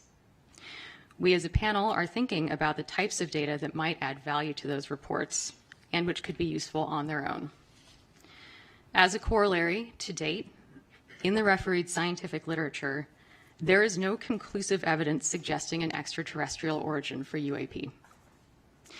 Collecting more good data for the scientific community to review in a peer-reviewed context will be important for progress to be made here. The second point, UAP offer an excellent opportunity to demonstrate the power of the scientific method and of empirically addressing a question using a multidisciplinary approach. It is our job as a panel to make some recommendations about how NASA might go about tackling this topic scientifically, taking advantage of the agency's resources, global outreach, and reputation. Key points to keep in mind here are that science is hypothesis-driven. Scientists build confidence in their theories by relying on well-calibrated, well-collected data, using well-established methods with rigorous evaluation and independent corroboration. In science, skepticism is not a bias, nor is it a bad word. It is not our job to define nature, but to study it in ways that let nature reveal itself to us, regardless of how exciting or disappointing that reality might be. And to that end, when we're thinking about making recommendations about how NASA can tackle this topic scientifically, I think it's important to remember that it's not NASA's job to replicate the efforts of the Department of Defense, but rather to consider approaches that are complementary to what the All-Domain Anomaly Resolution Office is doing. And so one of the questions that we as a panel, I think, need to center is, what can we recommend that NASA can do that the DoD cannot? Third point, to that end, what are we even looking for? How are we defining this problem? And how do the available data define what seems to be, to borrow a cliche, a very slender needle in a very big haystack? We heard a little bit about that today from Dr. Kirkpatrick, who reported that there have been 800 events collected over about 27 years. And between 2 and 5% of those events display signatures that could be anomalous, defined as anything that is not readily understandable by the operator or the sensor, something that is doing something weird. Mr. Free and some of the experts on our panel have defined the background on which those events exist, the amount of stuff in the sky at any given time, like so. On average, FAA air traffic control handles 45,000 flights per day in U.S. airspace, with 5,400 aircraft in the sky at peak time. Worldwide, on average, there are about 1,600 weather balloon launches per day. In the U.S., there are at least 184 of those balloons launched, and that doesn't include private companies or research flights. There are about 1.69 million recreational or model small uncrewed aircraft systems, and an additional 880,000 drones are registered for commercial use. And these are not controlled by air traffic control, and they're not scheduled flights. So that's our challenge. So in making recommendations as a panel, I think we need to look at what kind of imprint we want to leave. What does the situation look like 5 years from now? What does it look like 10 years from now? Why are we making these recommendations? We heard a little bit about this morning from both Mike and David, who noted that many discoveries in science are rooted in initially unexplained and bizarre phenomena. So by carefully scrutinizing the sky, or however we end up defining our search space, and by collaborating across disciplines, we are likely to learn new things about our planet. That's a fact. And that's the commensal science case we might want to consider when making recommendations here. All right. Does anyone have thoughts? Questions, thoughts, comments? Carlin. I guess I want to challenge a little bit. We changed the A from aerial to anomalous as the legislation required. But I'm not sure we precluded anything beyond the aerial for this panel. And so I've just raised that as a question for us, even though mostly what we've seen, and I think NASA's mission space would be more the aerial. I agree with you, and I think that is a parameter that we need to define as a panel. Yeah, I'll just quickly jump in and echo some remarks I made this morning that yes, the A changed from aerial to anomalous, but it's also accurate to say that the preponderance of events are in the aerial domain. That being said, your panel scope has expanded outwards, and I think we'll hear a little bit from David later on that very subject. I mean, I think anomalous, people often think about it as going down, and including ocean. But I think what's very relevant for NASA is going out, right? And, you know, looking at things in our solar system. And I think in some sense, I think there's certain responsibilities in, you know, when we look at airspace, there's FAA responsibilities, there's DOD responsibilities.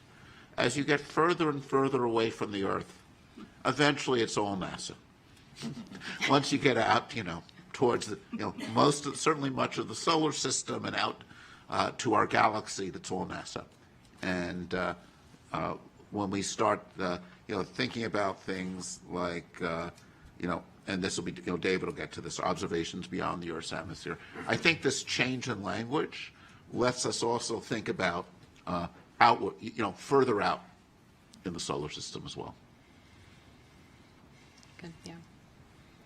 Other thoughts? Great. Did I summarize everything totally accurately? Awesome. Excellent. Okay. Thanks, everybody. Paula.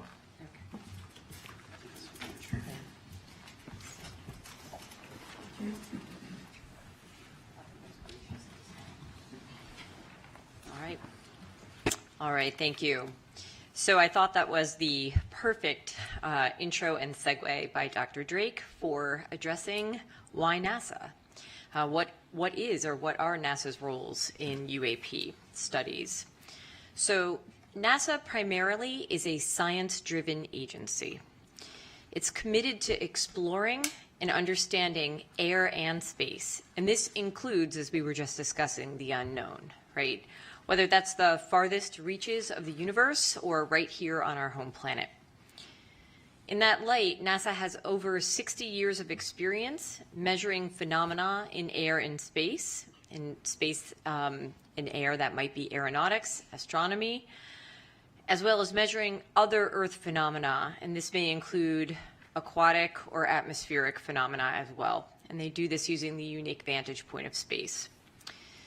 NASA's mission, data, and technical expertise in science and engineering may also help investigate and understand any of the reported phenomena. It makes sense to explore what new observations or measurements or studies might contribute to the understanding of reported phenomena. In that light, Dr. Fox made this point this morning, there's a tremendous archive of NASA data.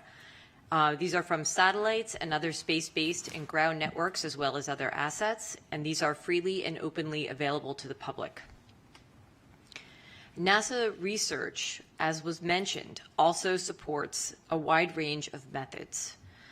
This includes advanced data analysis, modeling, cutting-edge computational and data visualization tools, and these are all useful for investigating unexplained observations, which may be crucial in studying these phenomena. Discoveries and results are all publicly available. And this can be something from the characterization of extraterrestrial solar planets or the hole in the ozone layer. And these are communicated publicly through many outlets through the agency. NASA also has a long-standing public trust. This is essential to communicate those findings about phenomena to the public and, as was mentioned several times, very important, to destigmatize the reporting and raise awareness of cultural and social barriers to doing so. NASA has a unique strength in leveraging public and private partnerships that could result in new technologies that may be useful in observing and understanding reported phenomena. These partners could include other federal agencies. We've heard from the FAA today, as well as NOAA was identified. And they may collect data that could help to understand reported phenomena. In addition, NASA has a strong record of international collaboration, which could be beneficial to study any of these phenomena, as that may require global cooperation and data sharing. And then one thing that really strikes me is that new understanding of anomalous events really comes from when we bring communities together, interdisciplinary communities that would not necessarily collaborate.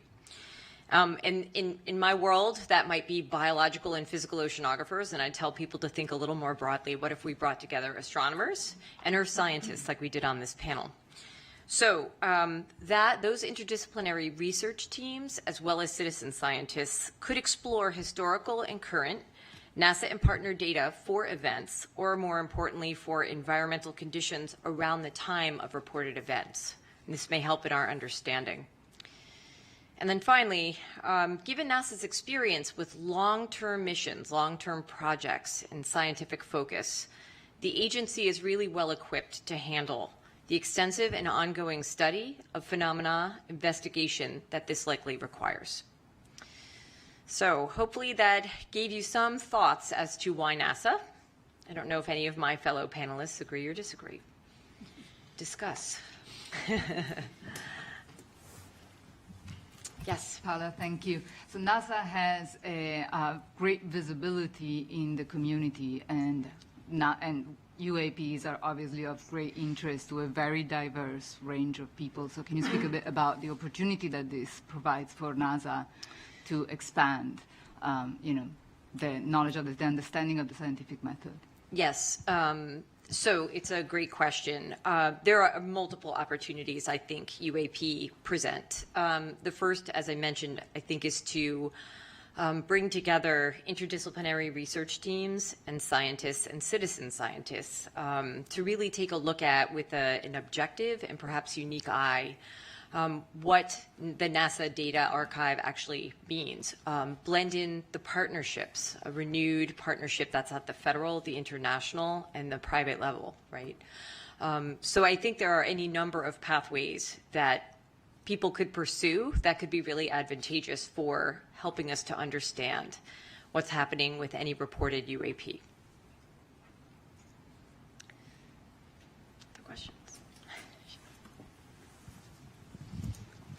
Thank you, Paula.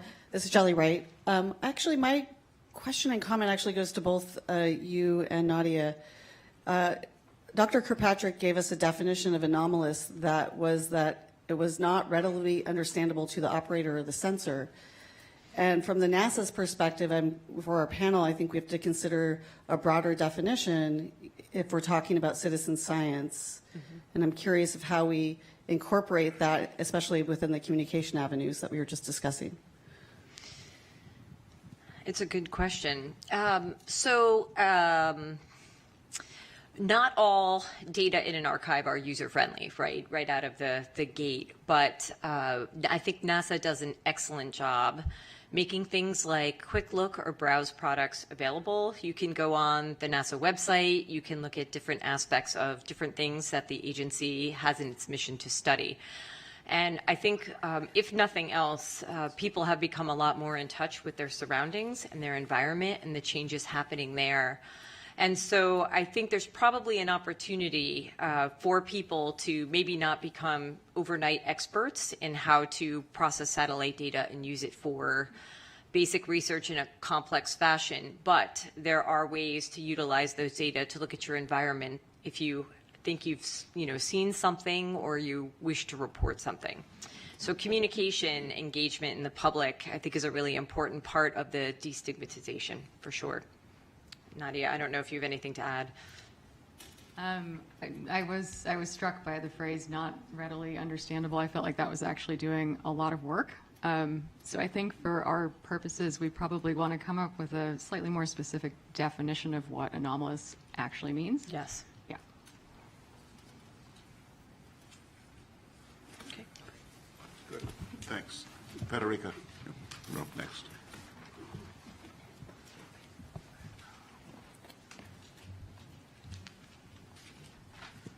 Hello, everybody. My name is Federica Bianco. I am an astrophysicist and a data scientist, and I bring this perspective to the panel. So for the next few minutes, I want to emphasize some of the things that my colleagues have already mentioned about the data, particularly the status of the data that exists, and what the data that we should collect to really understand WAP may be. We've already heard in a few cases by a few people that NASA's role is to explore the universe through the scientific method. The application of the scientific method to discovery requires that the data meet some standards that allow the data-driven approach. And there are many standards that have been established in the scientific community over the years. I can mention one, for example. It's called the FAIR standard, where FAIR stands for findability, accessibility, interoperability, and reusability. The current status of the data about UAPs does not meet these standards. The data collection is inconsistent, it's inhomogeneous, it's uncalibrated, the data are poorly documented and largely incomplete. They're also not systematically retrievable, which poses a problem in automation of the analysis. So WAP could benefit from data science and machine learning methods, from artificial intelligence that is developing at a rapid pace. But machine learning and AI cannot be applied until the data meet these standards. Even to study a single event currently requires a significant lift in retrieving the data and the metadata that may or may not be available. And this lift is at the moment entirely person-powered, which means that it cannot be automated to apply machine learning methods. Organized repositories need to exist to enable the automation of retrieval of the data and the metadata, and this is a necessary premise to enable the systematic scientific approach to the study of UAPs. Anomaly detection is a well-developed, although notoriously hard discipline, and which has seen tremendous advances recently with data science and machine learning. Usually, this means detecting rare and unusual signals in a complex that is noisy and rich with phenomena that we know. So there are two general approaches to anomaly detection in the scientific community. One is the following. If we know the signal that we expect, we can model it, and we can simulate it and maybe inject it in our data. So we can develop methods that are specific to finding those exact signals or signals that are similar to those. And we might be able to conceptualize signals coming from physical systems that respond to the laws of physics as we know them, but we cannot comprehensively produce all possible signals that could relate to or explain UAPs. So the alternative approach in detecting anomalies requires a thorough and deep understanding of what is normal and usual to tease out what is unusual and unlike the rest. These methods typically fall in the realm of what we call unsupervised machine learning. What is usual, maybe the balloons, the aircrafts, and a wealth of natural phenomena that we have heard of. And what is unusual, what is an anomaly, means anything in there is not consistent with the way in which those things look in our data. Once the anomalous signal is detected, it can be studied in more depth, either through the discovery data itself, but that may not be sufficient. So then we may need to collect additional data to study these anomalies.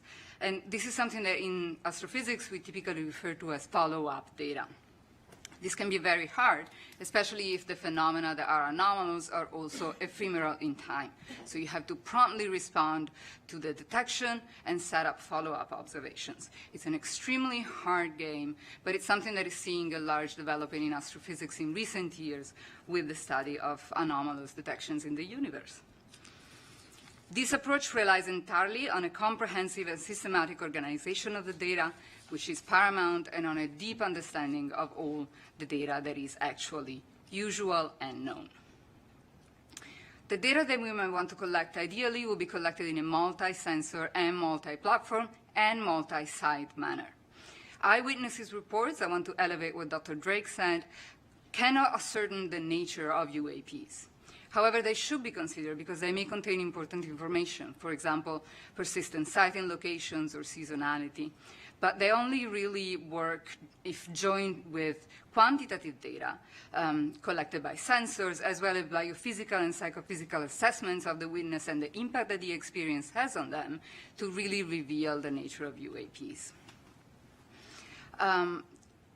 You've heard it from my colleagues a number of times. The data needs to be collected by sensors that need to be calibrated or calibratable. So we need to collect not only the data, images, sounds, spectral characterization of what we see, but metadata. The sensor type, the brand of the sensor, the noise characteristics, time of the acquisition, instrument sensitivity, as well as information about the circumstances of the data collection, for example, temperature or the location, or the conditions in which the sensor is at the time of collecting the data. The data should be collected simultaneously by different platforms, ideally in different locations in a multi-sensor system.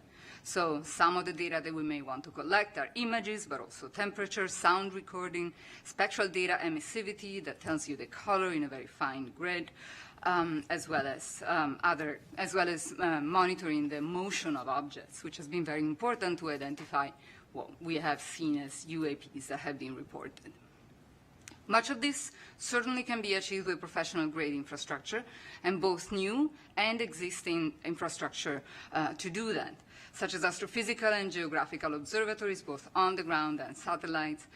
Some modern observatories in particular are designed for the detection of time anomalies specifically, as well as for the detection of objects that move rapidly in space, near-Earth objects, asteroids, meteors, etc. So those could be leveraged for the study of UAPs. There is also some effort ongoing in the developing of facilities that are specifically designed to detect UAPs, and many of those comply with the characteristics that I just described. This level of information, though, can also be obtained by the public. We could crowdsource the data collection if a platform to crowdsource exists that supports the collection of data and metadata and the transmission of data and metadata. And we think that NASA might be able to play an important role in the development of this platform. To echo what Dr. Bontempi said, NASA has a wealth of experience in coordinating scientific studies, efforts across discipline and domains, serving as a bridge between communities in interdisciplinary studies and studies across different countries. All of these can be supported, all of these can be leveraged to support the work of the other agencies in the identification and explaining UAPs. NASA also has a really important experience in data curation. We have heard about the sophistication of the analysis of the data that NASA provides, of the sophistication of the calibration that the data that NASA shares arrives to. We have heard about the open data policy that NASA data goes under. Furthermore, NASA has recently spearheaded an effort to review NASA and NASA partner archival data to prepare them for machine learning and AI, so that data can be served to the community directly and ready to apply AI methods on it. This is an important experience that could be leveraged in the study of UAPs. However, we do want to emphasize that the current status of the UAP data will make this lift really hard compared to even what is being done by NASA for astrophysical data. And finally, I wanted to emphasize what my colleague said. NASA has a great visibility. UAPs are of great public interest. And this could be an opportunity to really increase the reach of science, help people understand the scientific process, and maybe diversify the scientific community by attracting new talent into the scientific community due to the visibility of the problem. And I think that's all of my remarks.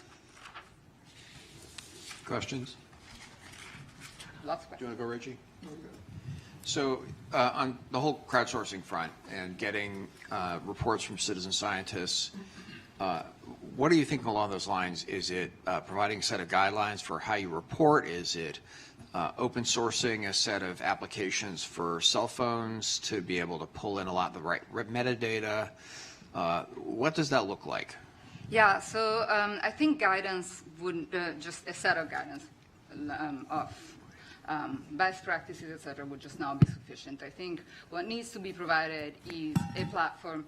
You mentioned cell phones. Cell phones have been used for crowdsourcing, the study and detection of a number of things in astrophysics, in space science. So that can definitely be done. The issue, I think, is going to be to make sure that this platform is reaches a large enough community to really have a crowd to source the problem and coordination. Something that this could achieve, for example, is the follow-up that I mentioned earlier, right? So we need this community that would use the crowdsourcing facilities to be connected so that if something is cited by one person, that message can go across and a broader community can point their sensors to the problem, to the sighting. And the data has to be transmitted to a place that can centralize it and curate it. Yeah, please feel free to say this is a bad idea. But if you thought about synthetic data, as you were talking, I was thinking, given the fact we don't have enough quality data to train a neural net, if we were to generate synthetic data based on the information we do have and then filling out the other characteristics as we might guess, does that then help us train something to iterate in AI to be able to find other correlations within data as we get it? So we do it all the time in data science, right? We do generate data sets where the data sets are sparse or scarce, and we cannot train machine learning models. It's a risky business because in the data that we generate, we embed the bias that we have. So we embed our thinking about the data, the way in which we think the data looks, and the way in which we think the anomalies look. So particularly in anomaly detection, it is a very difficult thing to do to try to make sure that you don't bias your models to what you know.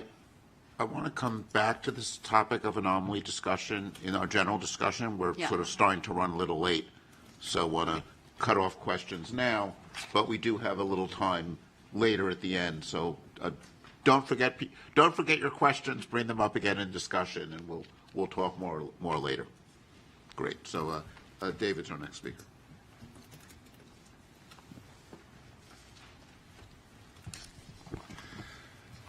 All right, good afternoon. My name is David Grinspoon. I'm a planetary scientist and astrobiologist and I'm going to talk for just a couple of minutes about how observations beyond Earth are relevant to our study of UAPs. Many of NASA's missions are, at least in part, focused on answering the question of whether life exists beyond Earth. Astrobiology is the study of the origin, evolution, distribution, and future of life in the universe. As part of this, we consider how to search for biosignatures, observations we can make of other planets which might betray the presence of life. So we look for things like anomalous gases in the atmospheres of planets and other anomalies which may possibly reveal the presence of life. When we discover such an anomaly, we don't conclude that we've discovered life. We seek more data to understand what we're seeing, and often this leads to other new discoveries. Similarly, we can talk about looking for technosignatures, observations we can make which might reveal the presence of technological activity somewhere else. NASA is also supporting some research studying technosignatures. While there is at present no evidence we're aware of suggesting an extraterrestrial source for UAPs, these existing NASA programs are relevant to the question of UAPs in at least two ways. Is it a known or unknown natural phenomenon? Must it be technological? Is it known terrestrial technology? So these scientific communities have relevant experience in determining and communicating about whether observations which first appear to reveal extraordinary evidence actually justify making extraordinary claims. Second, if we do acknowledge an extraterrestrial source, however unlikely, as one possibility for UAPs, then these objects must have traveled through the solar system to get here. Within the scientific community, there's a widespread, but by no means universal belief that there are extraterrestrial civilizations. And we have a well-developed rationale. There's a lot of literature for discussing this, which I won't go into now in the interest of brevity, but it has to do with the vast numbers of exoplanets and the timescales of evolution and the possibility of convergent evolution on different planets leading to somewhat similar outcomes. And it's a fascinating subject, but the relevant point here is that the same rationale which supports the idea that extraterrestrial civilizations may exist and may be detectable also supports the idea that finding extraterrestrial artifacts in our own solar system is at least plausible.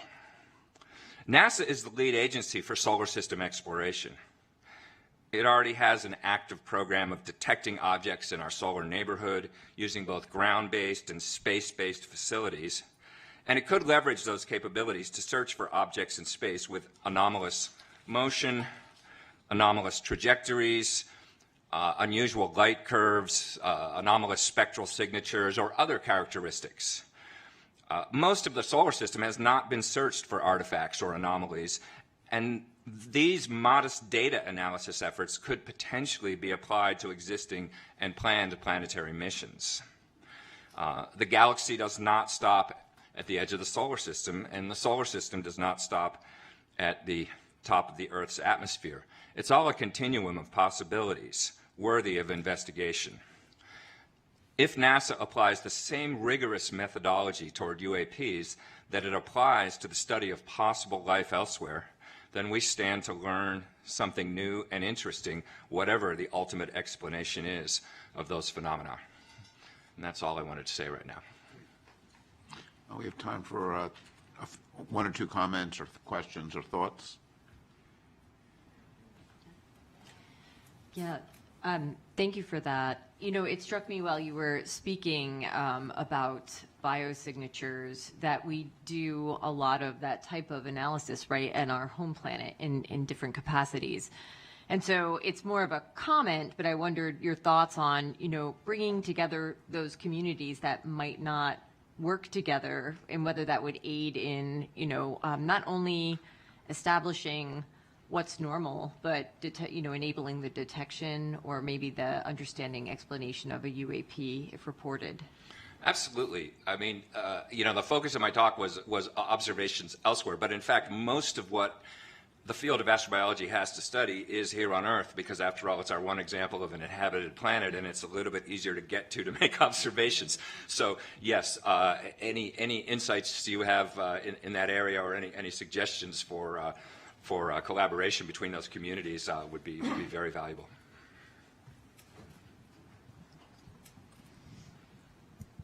So, of course, NASA hasn't been researching the technosignature field for very long, and there's been a stigma with technosignatures for many decades.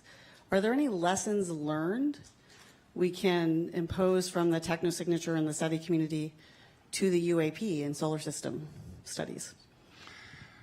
That's a really good question. I guess the immediate thought it sparks in me is that, technosignatures were kind of treated, kept at arm's length for a long time by NASA because of stigma, and ultimately can't be kept away forever if you are an agency, curiosity-driven, trying to understand the whole universe. You have to move beyond stigmas and just try to honestly look at whatever evidence there is. And so I think in that broad sense, the same lesson ought to apply to UAPs.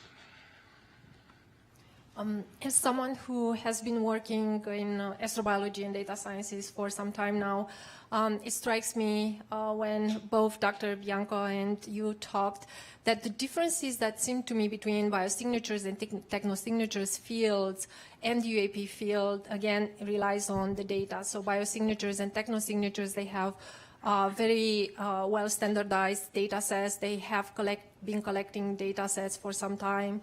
And they are able to apply machine learning, artificial intelligence algorithms, while it's a totally different question with the UAPs in how we can apply artificial intelligence here. So again, just like Dr. Bianca, how she said, it's about data standardization. So I hope that the UAP field will learn how to work with the data from the biosignatures and technosignatures fields. So. Yeah, that's a good point. The one point I'd push back on a little bit is whether technosignatures has a lot of data in that sense. The one part of technosignatures, which is looking for signals from radio and optical and that sort of thing that's been associated with SETI for a long time. You're right, there's a lot of data there that we've been collecting. But the term technosignatures is sort of newly being adopted, and it in a way, it reminds me of the distinction we heard from the FAA about a cooperative and non-cooperative. That with technosignatures, we're looking. There's more of an emphasis on finding technology that is not necessarily intended to signal us, but just sort of doing what technology does and finding ways to, so it's not looking for signals as much. And in that domain, we have not necessarily been collecting information for that long. But your point is well taken that there are lessons learned from certainly the astrobiology and the sort of classical SETI field where we've had a lot of data, and we could look at how that is analyzed and try to collect the data for UAPs that will be amenable to that same sort of analysis. Great, thank you. Carlin's next.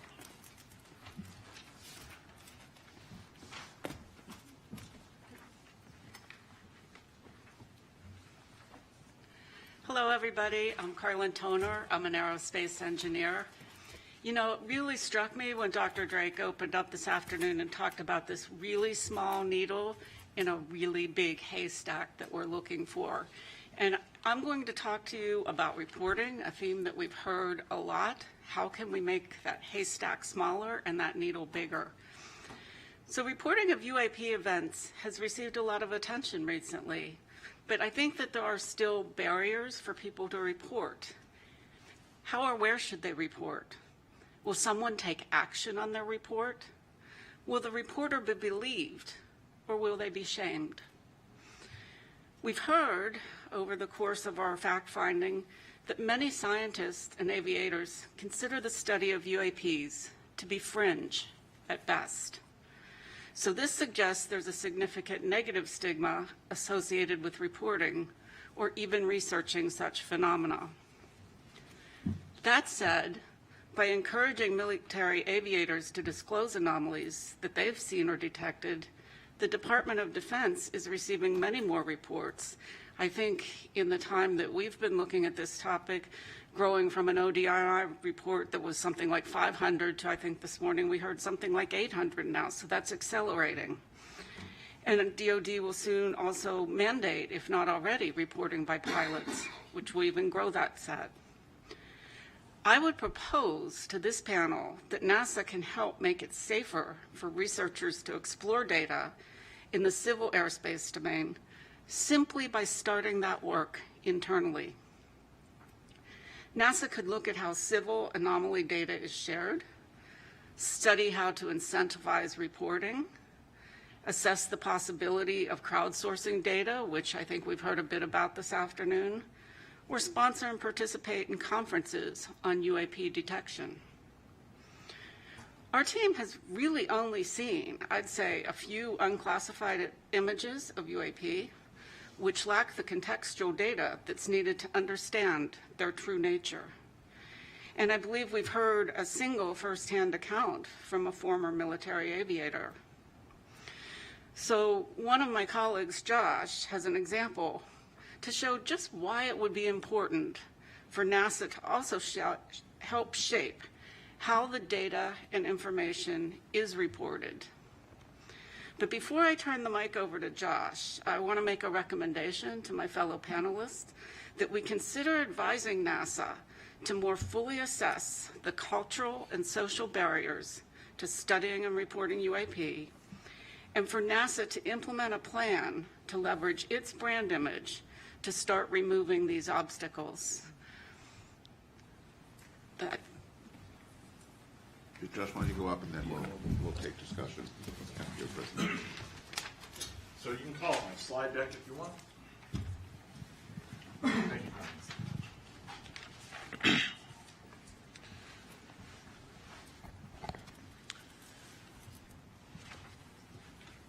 So it's not the charge of our panel to evaluate UAP evidence, but part of our statement of task is to assess the scientific analysis techniques that are available. You don't have to start it just yet, and how we might use them to determine physical constraints on UAP.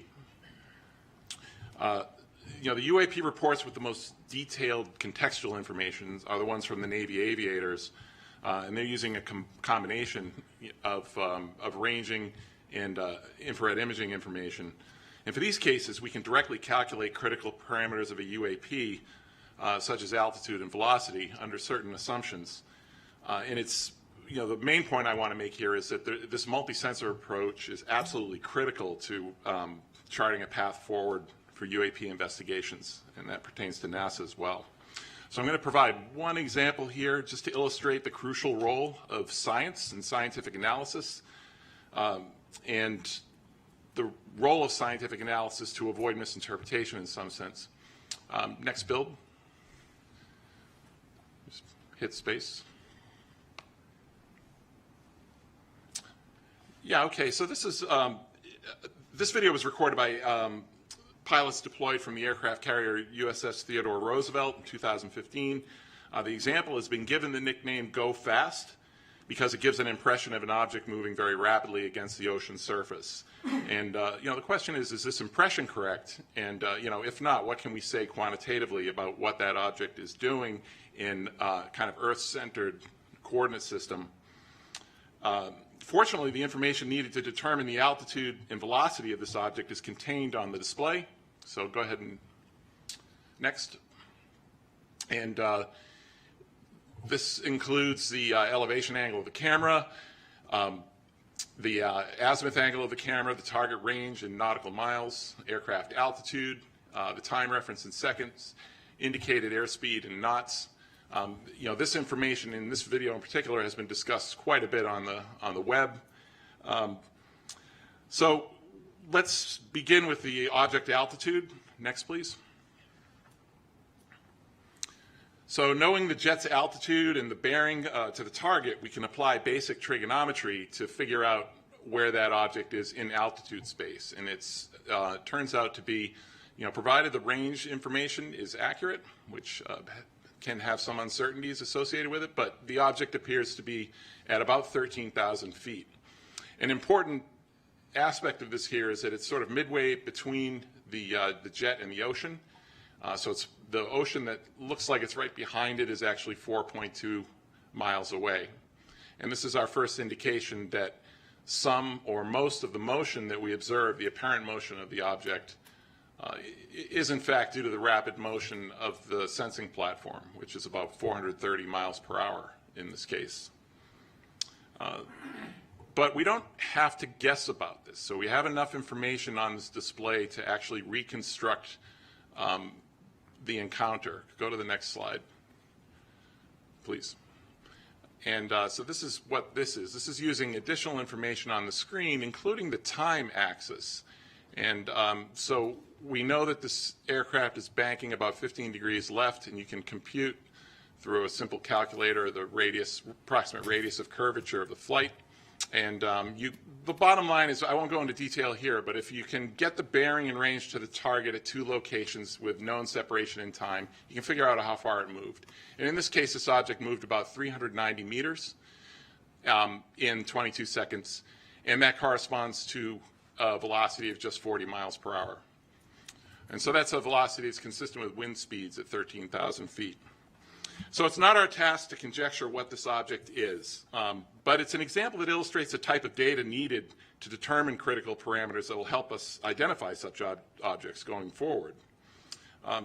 In addition to the importance of quantitative analysis, this example also serves to illustrate the kind of cognitive bias we have to contend with for UAPs recorded from unfamiliar perspectives. And Sean Kirkpatrick showed another example of that. This is a parallax effect case. Thank you. Any questions? Thanks. Actually, before we have questions, this is actually a good moment. Sean had wanted to comment on one of the questions. If we bring Sean up and then take questions for everybody or more discussion.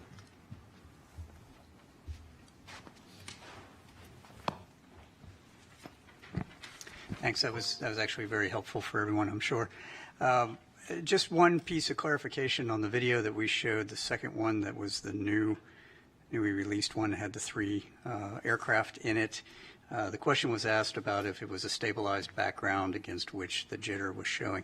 I am not 100% certain of that answer. It might just be a bunch of dust on that sensor, but let me go back and get you a more fulsome answer. It is either stabilized background or it's just garbage. But in either event, the 3 aircraft are jittering because of the platform. But that's another example of exactly what you're saying, right? It's the perception of the operator who thinks it's doing something else when it's actually just your own camera.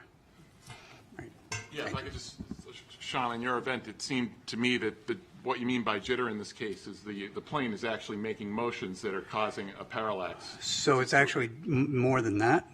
So the plane will move, and that'll cause the parallax that you just showed. But the sensor itself, a lot of these cameras are in gimbals.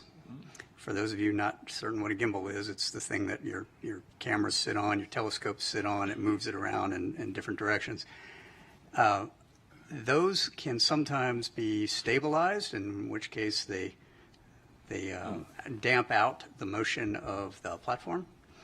And in other cases, they're not, and they jump around. And so what you're actually seeing in that video is what we call jitter of the sensor against the platform. So the platform's moving and the sensor is moving. It's not a stabilized against the target. But once it's collected, sometimes in processing, the background is stabilized frame to frame, just like some of those TikTok videos you see, right? Same idea. Yeah, I just wanted to jump in here. I think make a couple of comments to just follow up on what Josh said. In my experience of flying, over 15,000 hours, 30-something years in airplanes and both in space, and the environment that we fly in, space or an atmospheric flight, very, very conducive to optical illusions. So I get it why these pilots would look at that go fast video and think it was going really, really fast.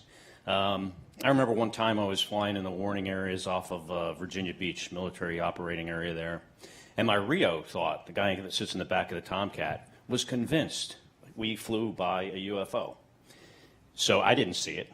We turned around. We went to go look at it. It turns out it was Bart Simpson, a balloon. You know, oftentimes in space, I would see things and I was like, oh, that's really not behaving like it should. It's not, it doesn't have the trajectory of a satellite or a planet on the back of the star field. And every single time when I would look at it long enough, I would realize that it was atmospheric lensing. It was the fact that what I was looking at was actually flying behind the atmosphere, and because of variations in the atmosphere, it made the trajectory look like it wasn't going in a straight line. It was going like this, and it would go like that, and it would turn in the other direction. Was always the case. My brother, Mark Kelly, a former NASA astronaut, and also now a U.S. Senator, was with him for dinner last night, and he shared a story with me again that he had shared years ago, but I had kind of forgotten about it, and I think it's worth sharing. And that is when he was the commander of STS-124, I think it was, in 2008, they were getting ready to close the payload bay doors of the space shuttle. And before they do that, you got to make sure nothing interferes with the doors, because if the doors don't close properly, the space shuttle can't re-enter the atmosphere. It would come apart. It's part of the structural integrity of the vehicle. So they see something in the payload bay, and they thought it was a tool, maybe a bolt. They couldn't quite figure it out. They were potentially going to have to go and do a spacewalk to retrieve it. But before they did that, my brother grabbed the camera, they took a picture of it, and when they blew up the picture, they realized that this is not a bolt or a tool in the payload bay. It was actually the International Space Station that was 80 miles away.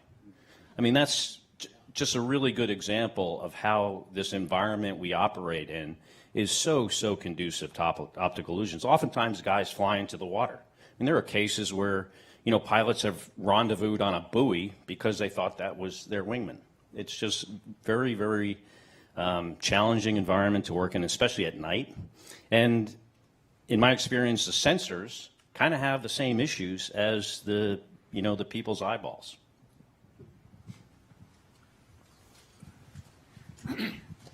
So per what Scott just said, I think we need to take it as an action to investigate unidentified animated phenomena to go after Bart Simpson.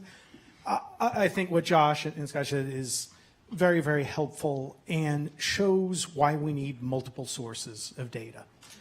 Were there radar hits? Were there other sightings? Unless we can look at this from a holistic perspective, it's very difficult to draw conclusions. And relative to stigma, and I appreciate the reports that our colleagues gave, I think there's plenty of stigma right here in this building, and I'm sure, Dan, you've suffered from it at times. And I just want to commend Administrator, although he's always be Senator Nelson to me, for his leadership and candidly courage in getting NASA to tackle this issue.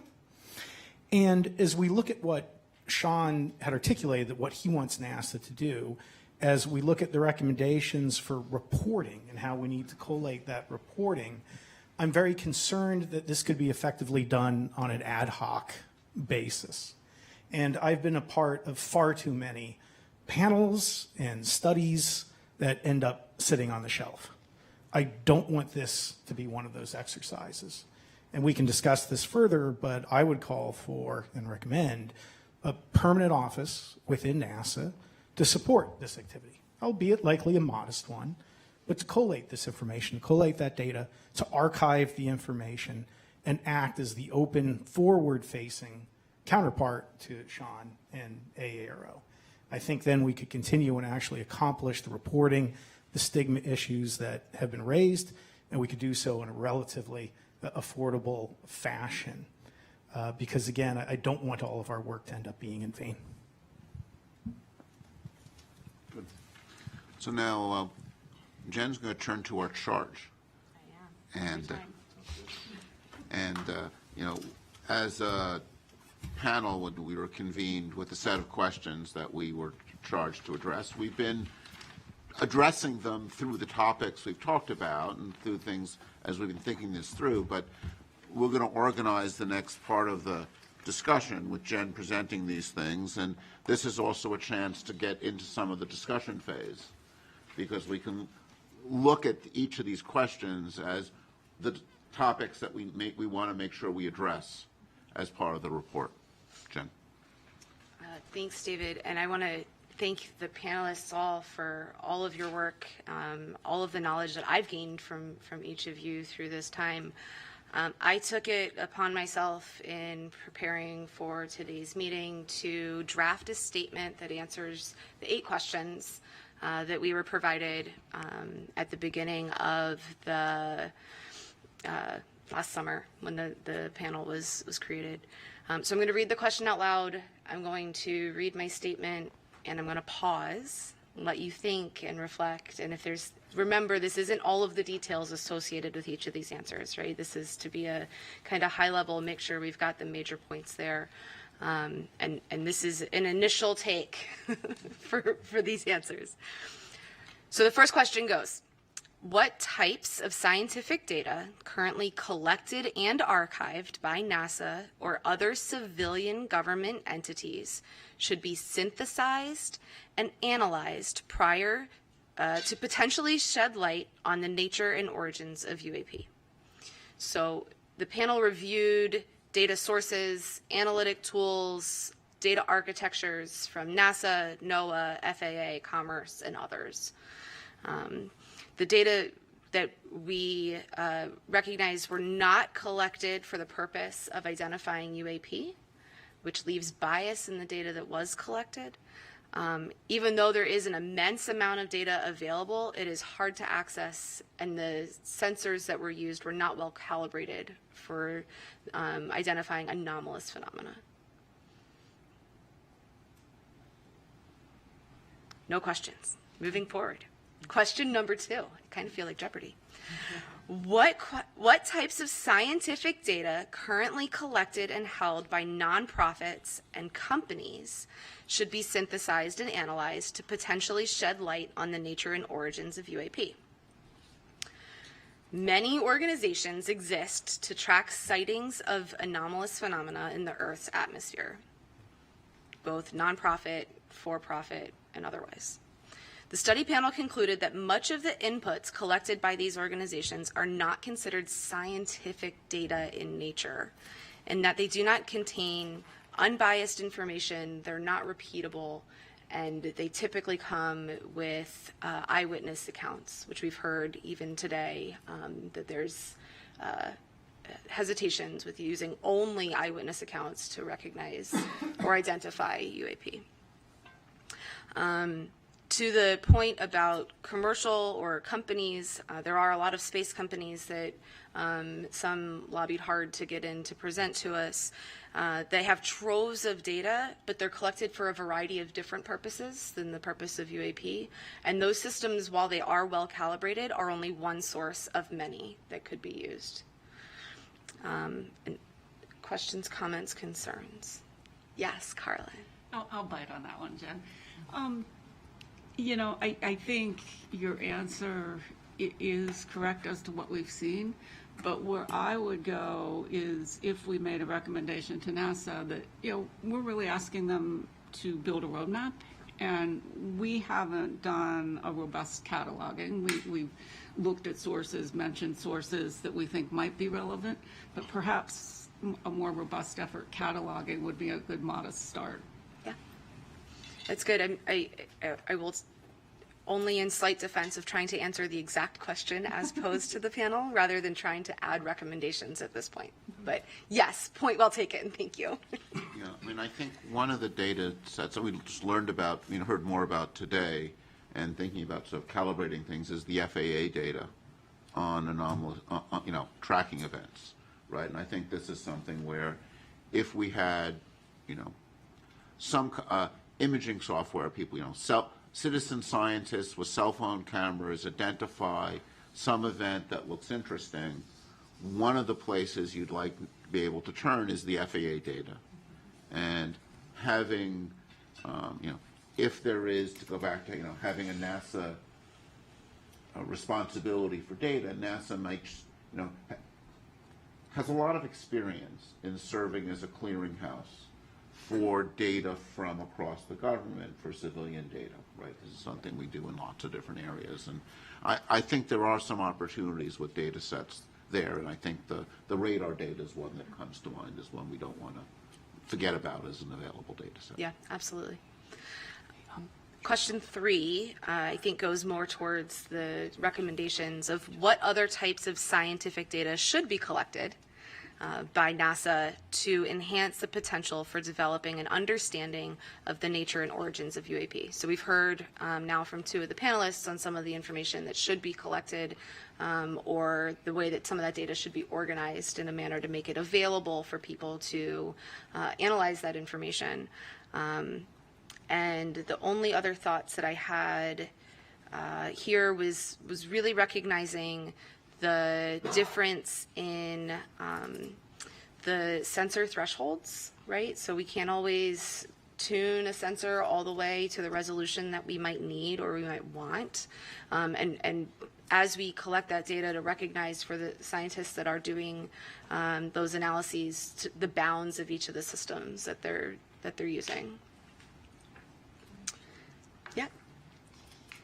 You know, what strikes me on that one, when you were reading the answer, the proposed answer, was what may be new, maybe something that's new to NASA in the sense of like a time series, so we can know what's normal, so we can perhaps identify what's not normal or anomalous, right?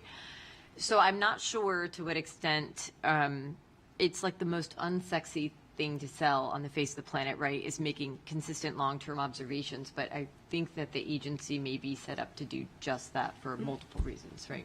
Yeah.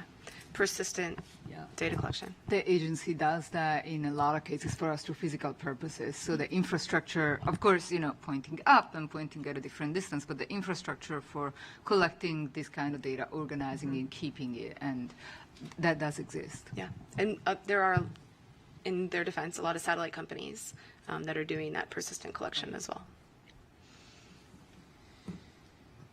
Okay.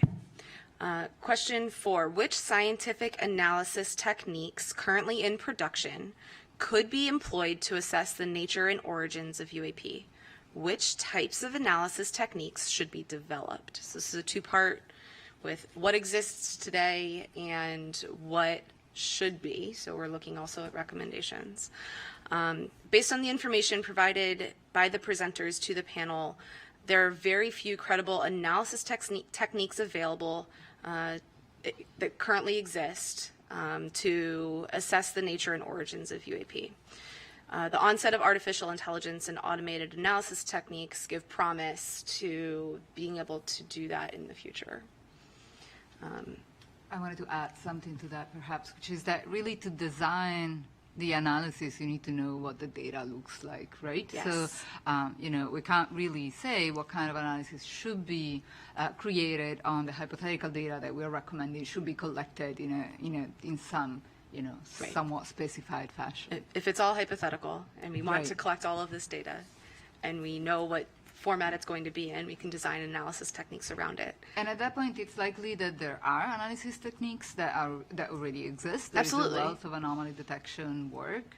We just don't know which one will be most suitable because the data, as it should be, doesn't exist yet. Correct.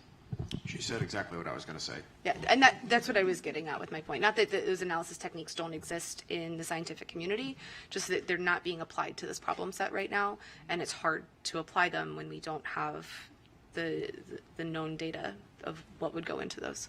David? Yeah, I think something we want to stress here is the importance of uniform data in the way it's collected, because particularly when you're looking for outliers, if you have data coming from many different observing techniques, right, and just having a uniform set of cameras, a uniform set of detectors, so you understand and characterize them, right, because this is a needle in the haystack problem.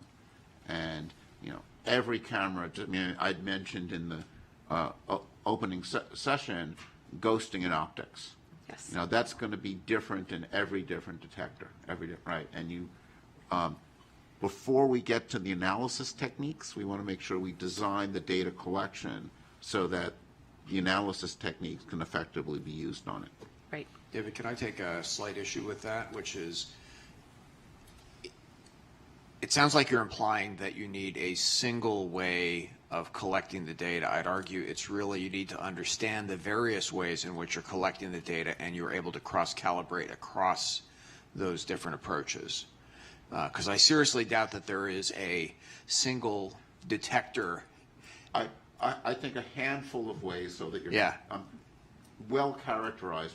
Things need to be well characterized to be useful, I guess is the way I would state it. And it takes time and energy to well characterize things, so that's I think the challenge.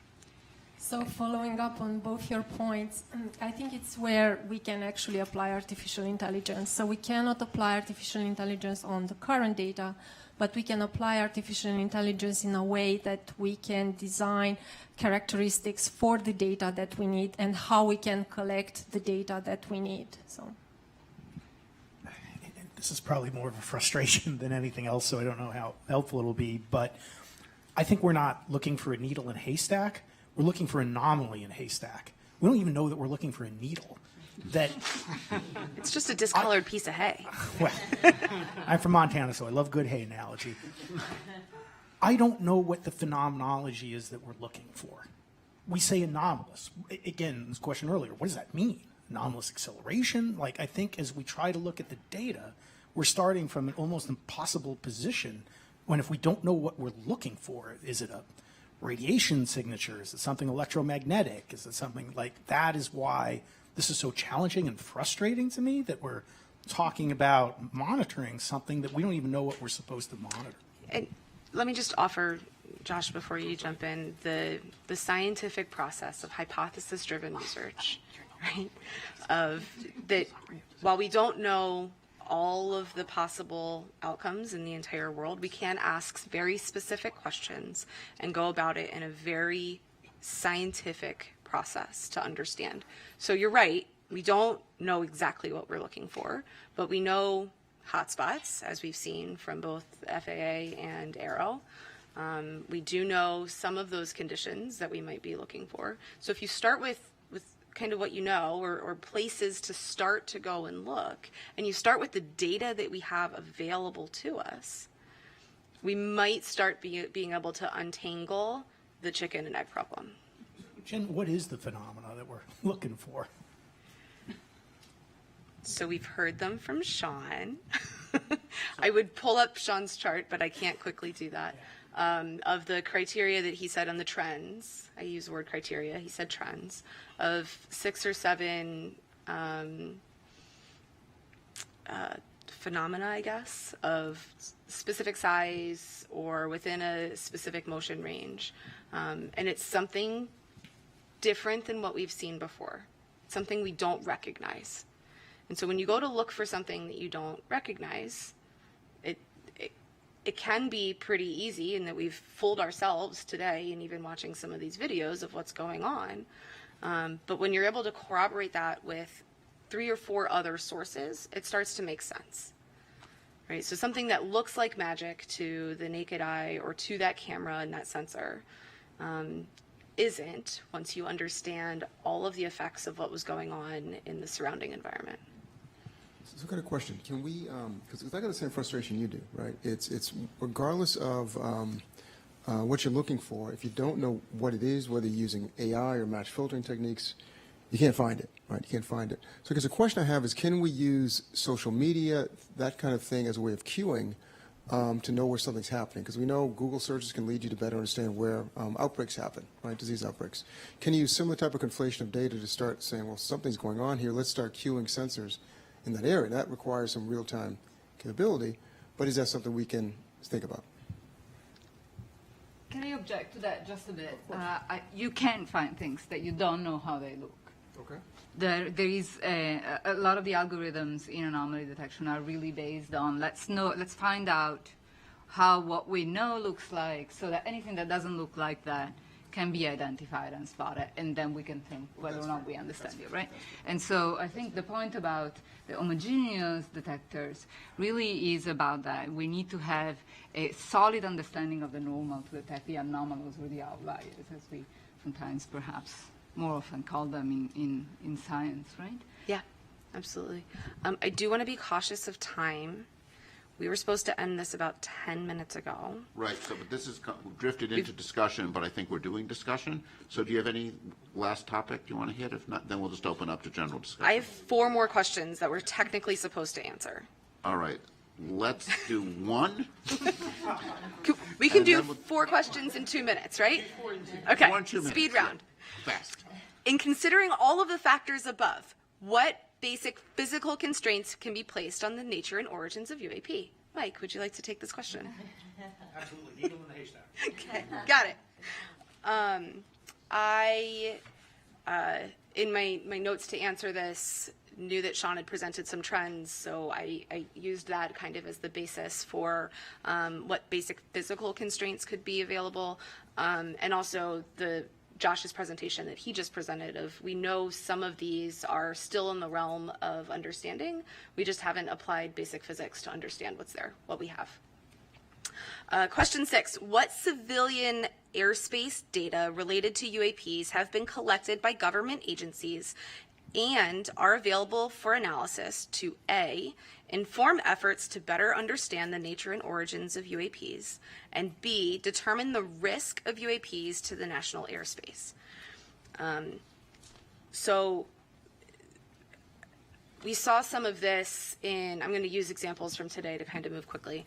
Some of this in Mike Free's presentation, talking about the air risks, right, that FAA is always looking out for.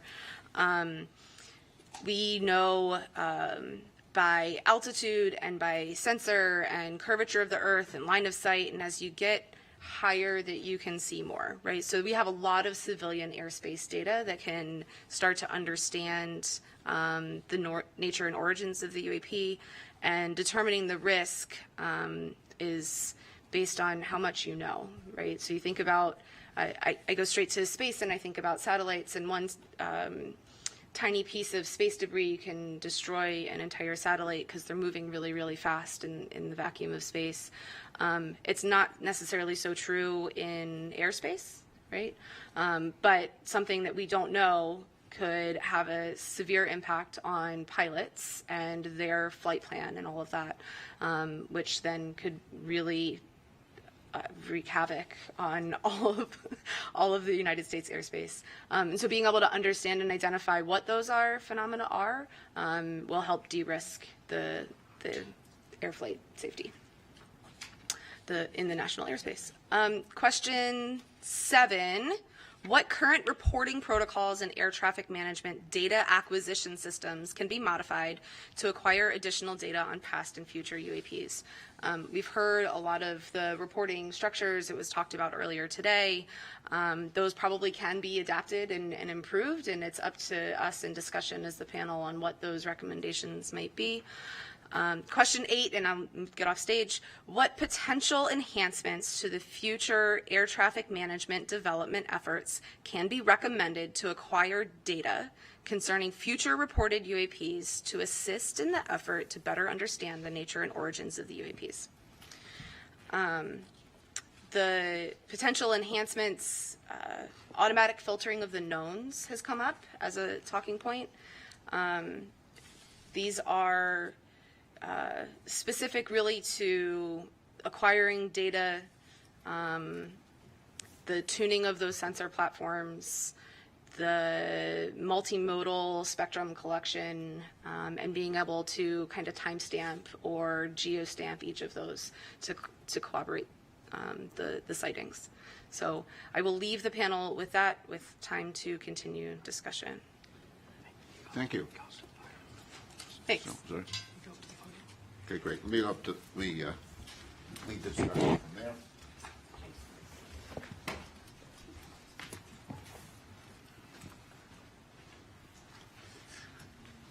But before I open it up, I just wanted to restate Federica's answer to Mike for hay.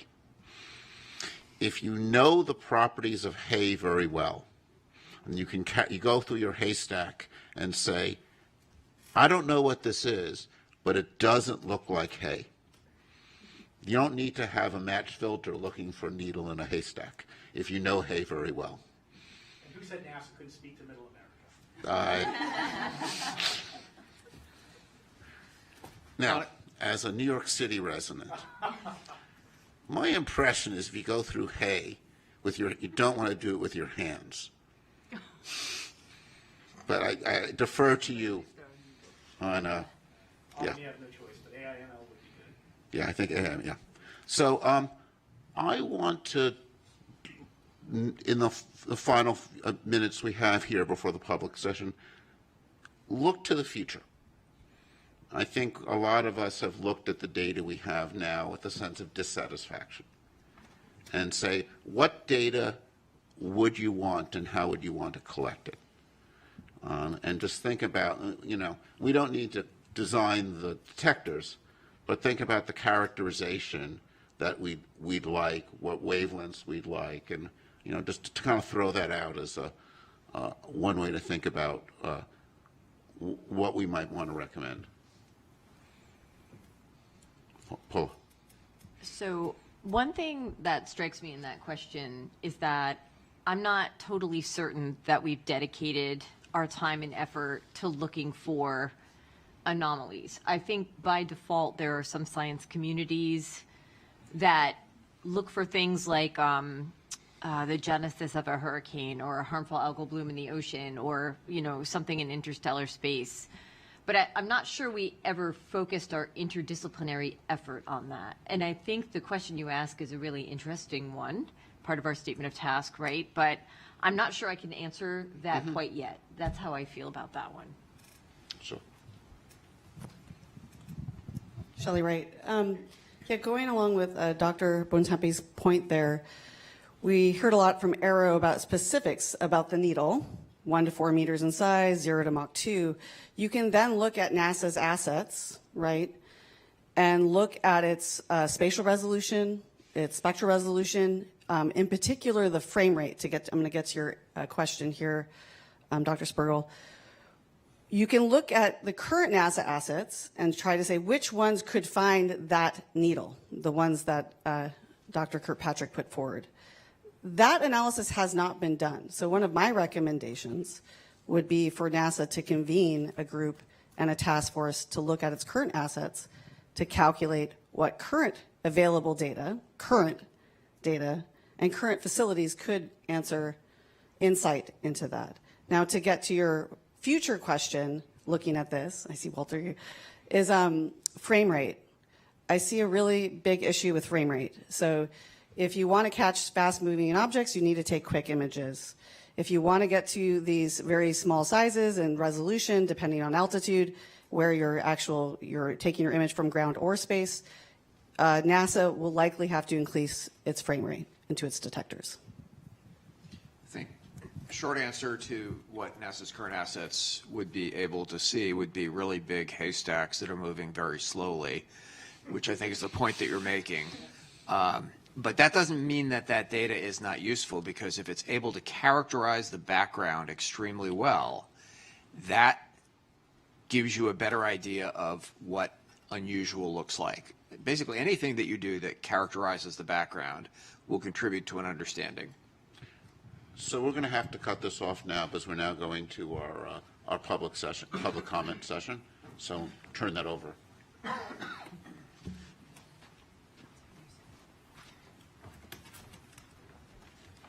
Hello, everybody. I am Karen Fox with NASA's Office of Communications, and we are segueing into the public Q&A portion of this meeting. As a reminder, this is a FACA meeting, that is a Federal Advisory Committee Act, and so we are under guidance which says that these meetings are public and that we take public questions. We got hundreds and hundreds of questions, and I just want to take a moment to say thank you to everybody who submitted them.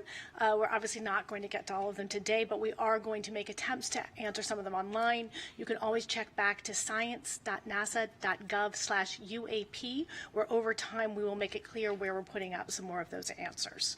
In the meantime, we did have to make some decisions. We stuck to questions that applied to this independent study and UAPs. There were a lot of questions about astrobiology and other subjects that we're not going to get to today. And also in an attempt to get to as many of the questions as possible, since so many of them were similar, we've sort of bucketed them. And that is how we're going to try to address as many as possible. So I'm going to toss the questions to you, and we'll look to getting some answers for our public questions. All right. So first set of questions are specifically about the data being used. So examples. What exactly are you incorporating into your report? What data are we using? What are some examples of data being used? Do we have multi-sensor data or of objects performing maneuvers that seem truly anomalous? Do we have photos, videos? What about having the NASA historian go through the NASA's historical records? Did you interview military or pilots for this study? So looking for some information about the kinds of data. I can toss to anyone. David looks like he's jumping in. Well, I think first and foremost, our goal here is really to create a roadmap, right? So really, we have been informed by some of the events that are reported, and we've had, but we've certainly not done a complete historical study or in an archive. And I think one of the things we've wanted to do was learn what kinds of events have been reported, learn about some of the ones that have been resolved, some of the ones that are unresolved, so we can best think about how in the future we can collect data so that we can get more robust answers. So that, I hope that addressed that question. It does. Others have anything else they'd like to add? All right. Then I will keep going. Another big question category was about transparency and about sharing information. And so examples in this category are, what is NASA hiding and where are you hiding it? How much has been shared publicly? Has NASA ever cut the live NASA TV feed away from something? Has NASA released all UAP evidence it has ever received? What about NASA astronauts? Do they have an NDA or clearance that does not allow them to speak about UAP sightings? What are the science overlords hiding? Dan Evans. All right, I'll take a stab at that one. I really want to assure the public and to double down on some remarks I made this morning that this agency is absolutely cast iron committed to openness and transparency and honesty. And that commitment also extends to our live NASA TV feeds. They provide real-time footage from our various missions. Now, to my knowledge, NASA has never intentionally cut a live feed to hide anything, and that includes UAPs, of course. Sometimes there are interruptions to our feeds, but that is simply because space is a complex place. There's a vast array of natural phenomena, human-made objects, and so forth. But again, I wanted to reassure the public that we're absolutely committed to providing the public transparency and openness. Those are the hallmarks of NASA. That's why we're here today in public on TV, because we want the public to have the opportunity to see the process of this committee doing its work in public. It's only right. Just to follow up on what I said, I didn't mean to joke about it, but in my 20 years at NASA, no one, either officially or unofficially, in my recollection, have ever discussed or briefed us or had any kind of discussions about anything that would be considered a UAP or UFO or anything like that. And I'll ask you to stand for 1 second and state your name. I'll ask you to stand for 1 second and state your name just so everybody know who was speaking. It's hard to see in the back. Kelly. I'm just following up on the question about if NASA astronauts ever signed an NDA or anything of that, anything like that. In my experience of being in the astronaut office for 20 years, there was never any formal or informal discussions at all about UAPs or UFOs or anyone reporting anything that would suggest something from, beyond our planet. Thank you very much. Yes, please. Just want to make a quick comment about the culture of science in relation to this question. Scientists by nature are at least intellectually sort of rebellious. It's in our nature to question authority. That's how you're a good scientist. You don't just take someone's word for it. You try to discover the truth. And for that reason, this question about what are the science overlords hiding, that's sort of written in a facetious way. But I just want to emphasize that there's no way that all scientists could be in on trying to hide something, because it's just not in our nature. If somebody told me to try to hide something as a scientist, that would just increase my desire to belay that order and to release it. And I think that's true of our community in general. All right, thank you so much. I am going to go on to our third set of questions, which is, has NASA been tracking Earth's atmosphere, or are we also studying bodies of water for UAP? And I think that's a Dan question for NASA, or? Oh, yeah. Oh. Here's the oceanographer. So, my understanding is this is a completely independent study to assess what assets, what data, what science, what observations, platforms NASA has to potentially help evaluate and understand UAP, right? We have, NASA has an Earth Science division and many scientists at many centers and many academics and other partners out there that study the Earth as a system. We do this from the unique vantage point of space, and the atmosphere is part of that. I think Dr. Kirkpatrick stated this morning that to his knowledge, and I think to ours, there isn't anything that's been reported below the ocean surface, and so I think part of what we've been talking about all day is, what assets are out there to actually begin to identify data that could be useful in explaining any of these reports if and should they come in. So I think that's probably it, unless there's something else to add. All right, then. Thank you. Moving on to our fourth general bucket of questions. What are you doing to solve the stigmatization surrounding the study of UAP? I can take that one. And state your name if you wouldn't mind first. Carlin Toner, FAA. I think the fact that NASA has called us together here as a panel to look into this, that NASA is hosting a public meeting, that we've heard, right, it clearly stated we're here to be transparent. I think that's the first step in trying to really normalize the study of UAPs. And we talked a little bit earlier about the reporting, about how to make it credible. And we talked also about UAP in one of the earlier talks this morning of the definition of the A, whether it was aerial or anomalous, as the legislation now is, and really the distinction beyond UFOs, right? When we're looking at UAPs here, we're beyond just airplanes. We're looking at all types of anomalous phenomena, and so that's just a more inclusive term there. Yeah, still Michael.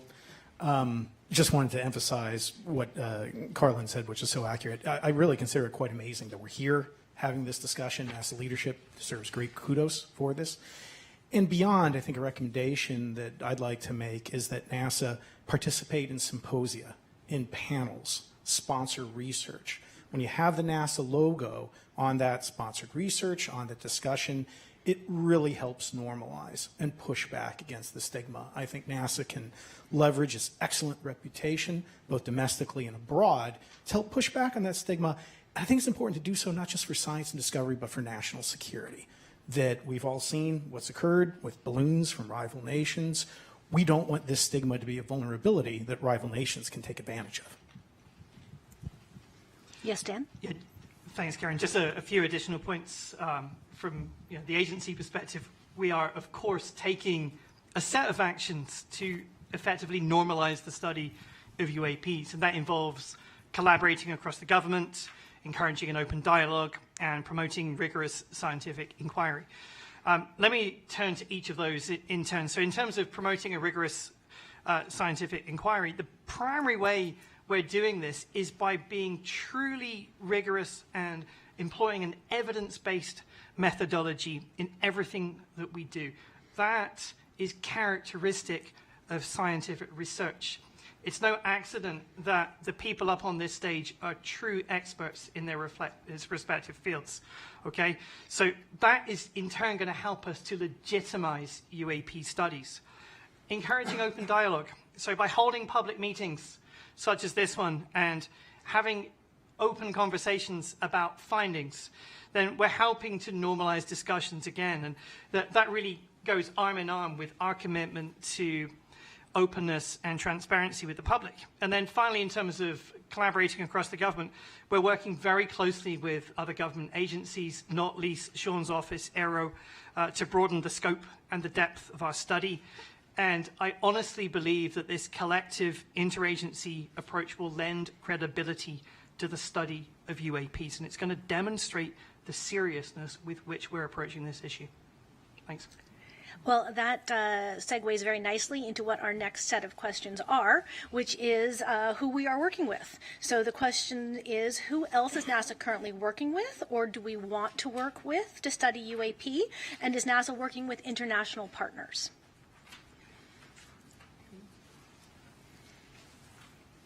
All right. Pete, do you want to do it? I'll take a stab at it. Okay.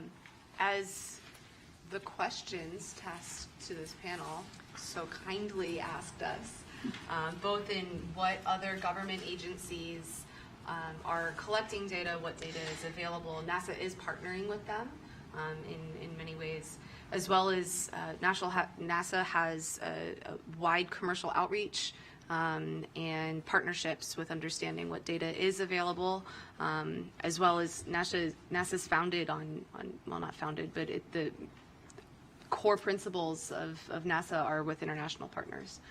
So the information that our partners are gathering is typically available to NASA as well. So Michael, yes, on all accounts. And I may just emphasize and add that NASA is singular, I believe, among government agencies in its international outreach. Again, not to keep talking about the Artemis Accords, but you see countries like Saudi Arabia that we may not have a great relationship with as a government right now. We have Saudi Arabia and Israel in the Accords family, so that NASA is unique in its scope and ability to reach out. I also think that we're entering a new era of commercial space transportation that is going from low Earth orbit out to cislunar space. And that is going to be the purview of the Department of Commerce, which is taking over space traffic management. So I think it's very important that NASA work with and support commerce as we go through that transition. Department of Defense is currently responsible for that. And I think that will help us not only to identify potential UAPs, but to assist in preventing contention, congestion, and eventually conflict. And I also want to note, in terms of space debris in orbit right now, I believe, represents an existential threat to our very society, that we are getting very close to an event that could cause real problems for our ability to access satellites. And that's why I think there's great ancillary benefits to the conversation we're having today, that as we increase our capability to monitor orbit for UAPs, that data could also be very relevant as we look at near-Earth objects and other threats. And again, to just end on near-Earth objects, Apophis, for example, an asteroid, is going to come so close to Earth, it will be below geosynchronous satellites. So any effort to begin to catalog and do better in terms of understanding that environment is going to be terrific, and I hope NASA works with commerce and international agencies on Apophis and other missions. I think Federica had something to say, too. Yeah, I just wanted to add that, a lot of the things that we think we might recommend in terms of platforms to collect data that would be useful to study UAPs, we recommend a multi-platform and multi-site. That would also mean likely ground-based as well as space-based facilities. And this is being done already in astrophysics, co-observing the sky from the ground and from space with different methodologies and different instruments to get a more comprehensive picture of what's normal and then detect what's anomalous. And about every 10 years, the astrophysics community anyways, but many other branches, convene a panel of experts to see what things can be done to advance the field in the next decade. It's called the Decadal Survey for us. And one of the recommendations this year was explicitly for agencies that do astrophysics to work together. So NSF, DOE, and NASA to work together, share data, share facilities and instruments. So I think this is, there's a lot of fields will benefit from this, including the UAP studies. Oh, absolutely.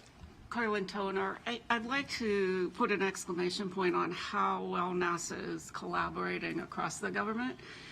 I'm from the FAA, and I can personally attest that FAA and NASA have a robust engagement in transferring research into practice in the ATM system. I think on the commercial space side, we work well with NASA. And all of our agencies are in the whole of government approach, supporting Aero specifically on the UAP topic.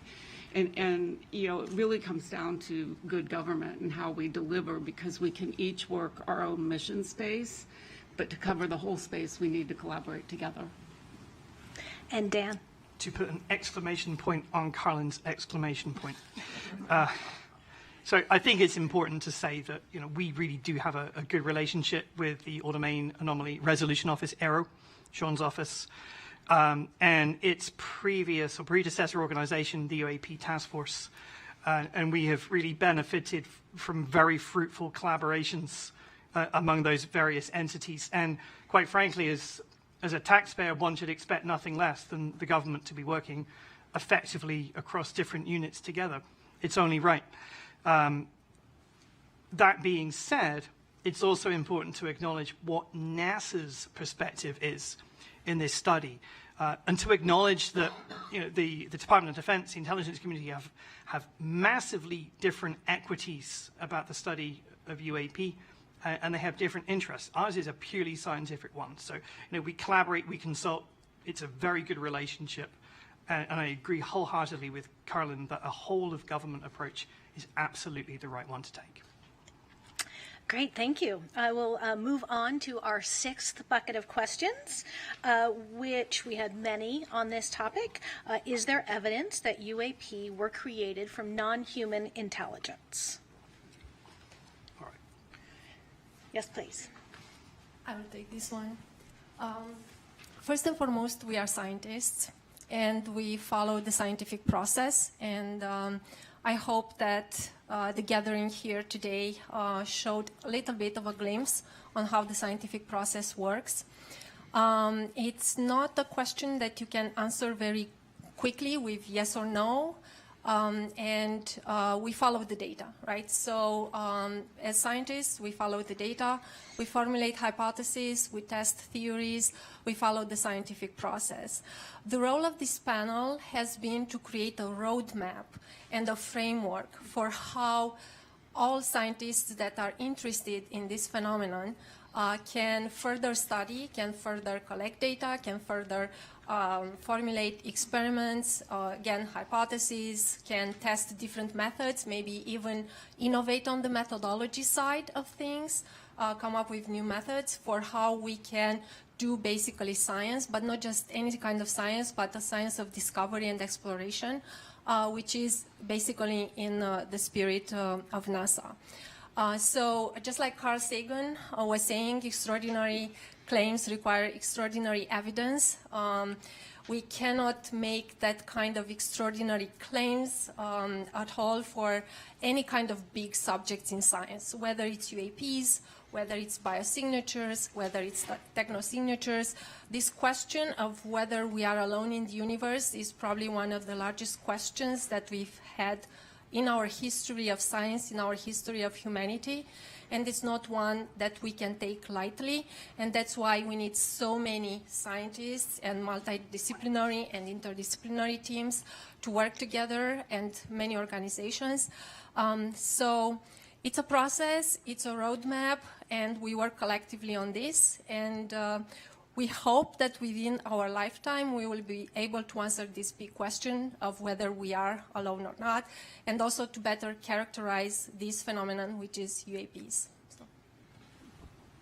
I want to sort of supplement that excellent answer by noting that we have not seen the extraordinary evidence, right? I mean, in a sense, to give, to make the claim that we see something that is evidence of,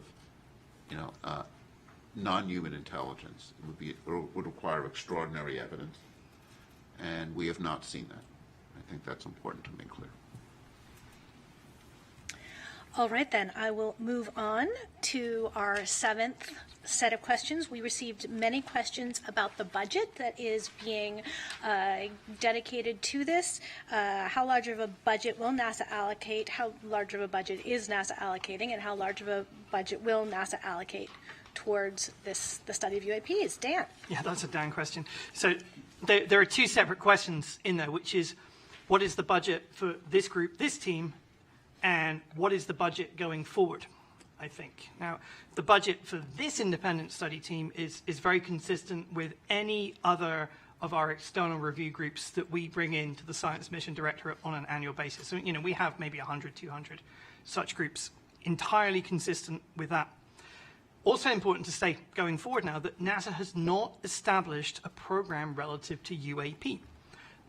And as a result, there's no associated programmatic funding. But this is how NASA works. Federal budgeting is a complex journey, of course, and the way NASA, particularly NASA Science, likes to work is we anticipate and wait recommendations from independent groups such as this one, and we need to wait on final recommendations, and then we'll make an assessment. So too early to say, but of course that's all couched in the fact that federal budgeting is a very complex process, and we will always follow the law. All right, we're making good time. We have one more question that encompassed many of the ones we got, which is, has NASA encountered any aliens or extraterrestrial life? What happens if the public comes across extraterrestrial life? What would NASA do if extraterrestrial life was discovered? What would NASA study or do if extraterrestrial life was discovered? Now, I think it's worth making a distinction that when we talk about extraterrestrial life, we do have a study within NASA of astrobiology, which is not intelligent life necessarily. And so I invite you, as you answer this question, to make clear the distinctions as you are talking in terms of UAPs as well as any astrobiology work that we do. I would start by saying one of NASA's big questions is there life out there? Right, and a lot of what NASA's doing in its exploration of the solar system and beyond is focused on searching for life in any form, extraterrestrial life. I think one of the things we have learned in the past 20 years is planets are common. We knew, of course, about the planets in our solar system, but we now know there are lots of planets out there. So there are lots of potential environments for life. And I think one of the most fascinating questions is, do any of those planets host life? And that's something that NASA is trying to address in a host of different ways, whether it's probes that are landing on planets or designing missions that will look for signatures of life around other planets. So the search for life is a really important theme. We haven't found life beyond Earth yet, right? I mean, let's be clear about this. We haven't found it yet. But we're looking, and we're looking for it in lots of different ways. And, David was discussing technosignatures as one way that we can look both within our solar system and beyond. And there's a lot a lot of different elements, I think, of this potential search. And, just to go back to something that was phrased in an earlier question, is NASA hiding anything about this? No. This is actually what, answering this question is one of the things that NASA as an agency is excited about. It's something that lots of scientists working with NASA are excited about is this question of, is there life out there? And I think one of the things that makes this question of are we alone such a central question, not just to the scientific community, it's a central question, I think, for the public. I suspect there are more people watching this than the typical episode of NASA TV, right? And this is something where we will have, media coming to the press conference because these questions touch on something that I think is really a deep question for humanity is, are we alone in the universe?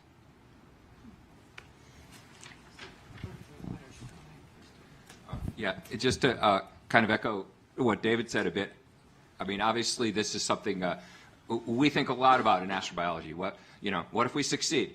We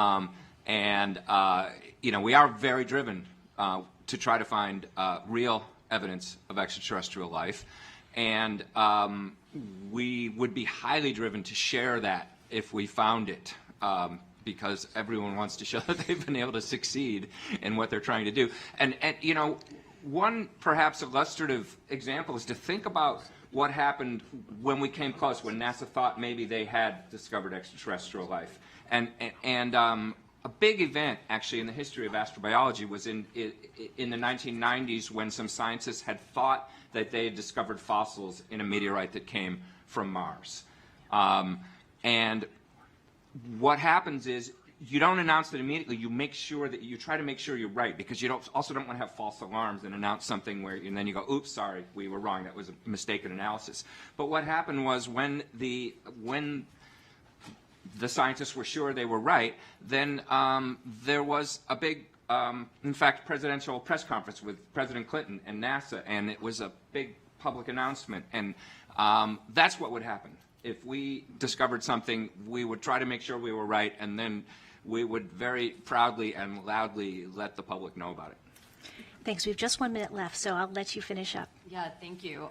The only thing I wanted to add, I wouldn't at all liken it to alien or extraterrestrial life, but in astrobiology and exobiology, there is the exploration of our planet as an analog for what might be found on other worlds, and what is extreme cold, what is extreme heat, a volcano, a black smoker at the bottom of the ocean, what lives there, and how is that even possible? And things we still discover throughout our ocean might look alien to a lot of people, right?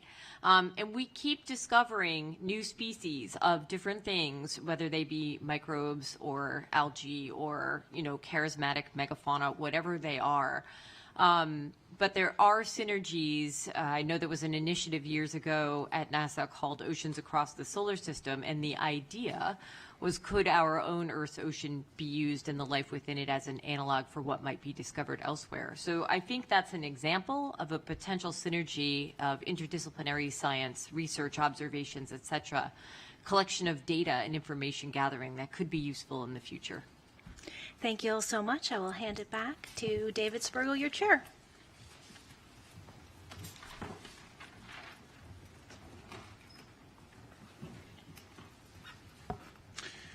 So let me also just answer the one other piece of that question was, what do you do if you see something surprising?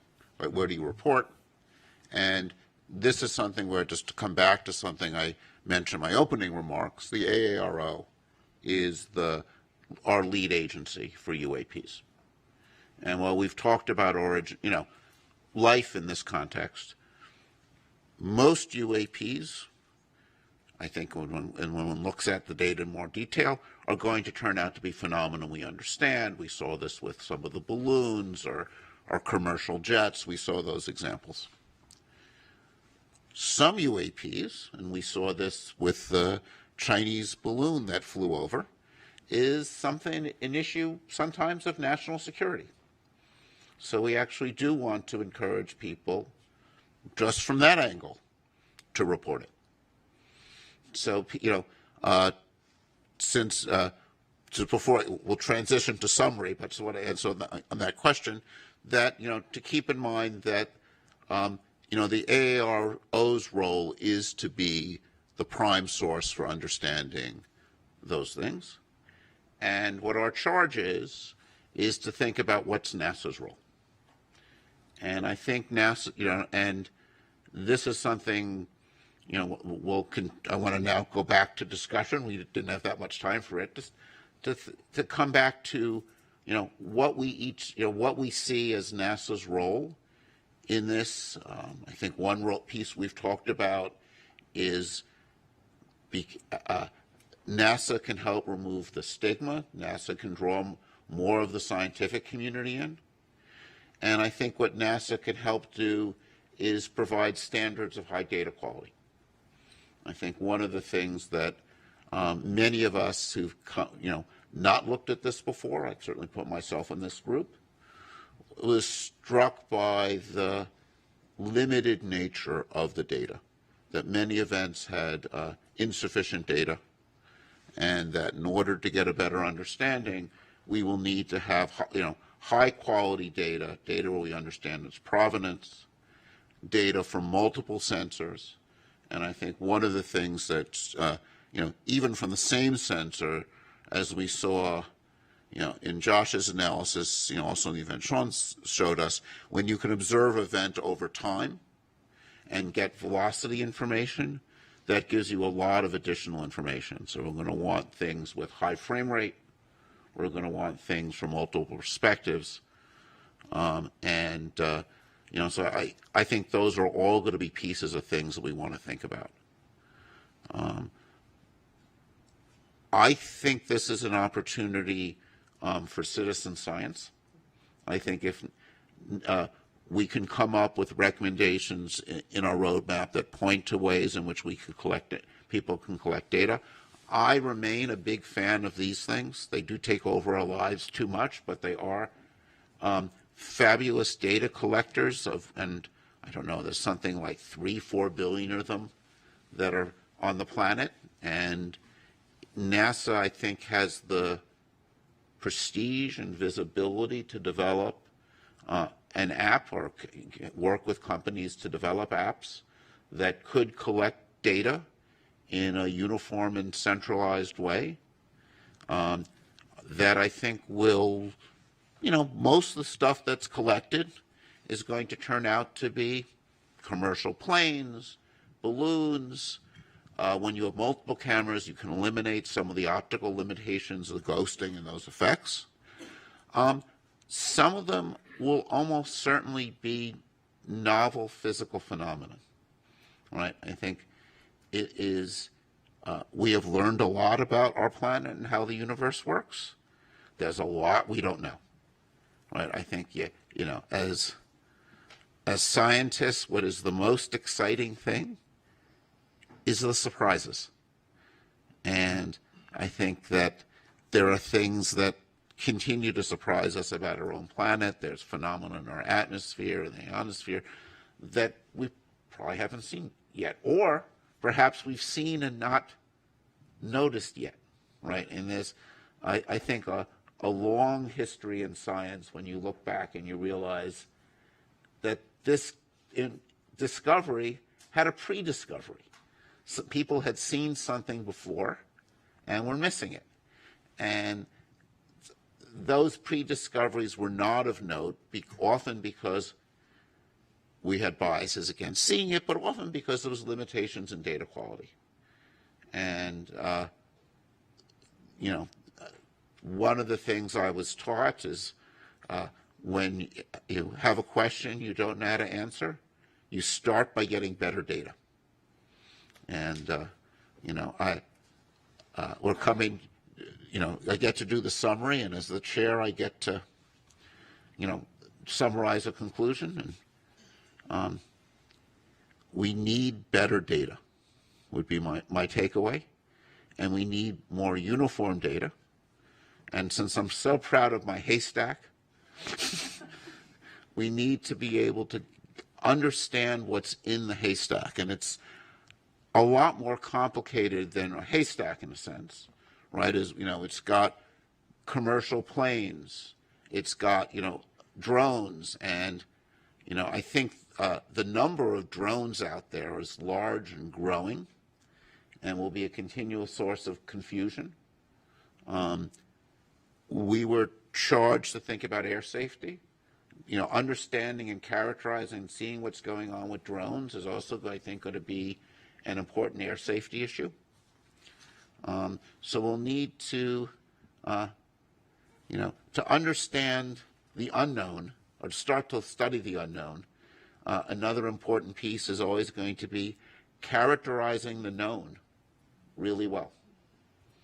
And, this is the part, I think, of a lot of science that seems dry and boring, but it's calibration and understanding the events you expect to see.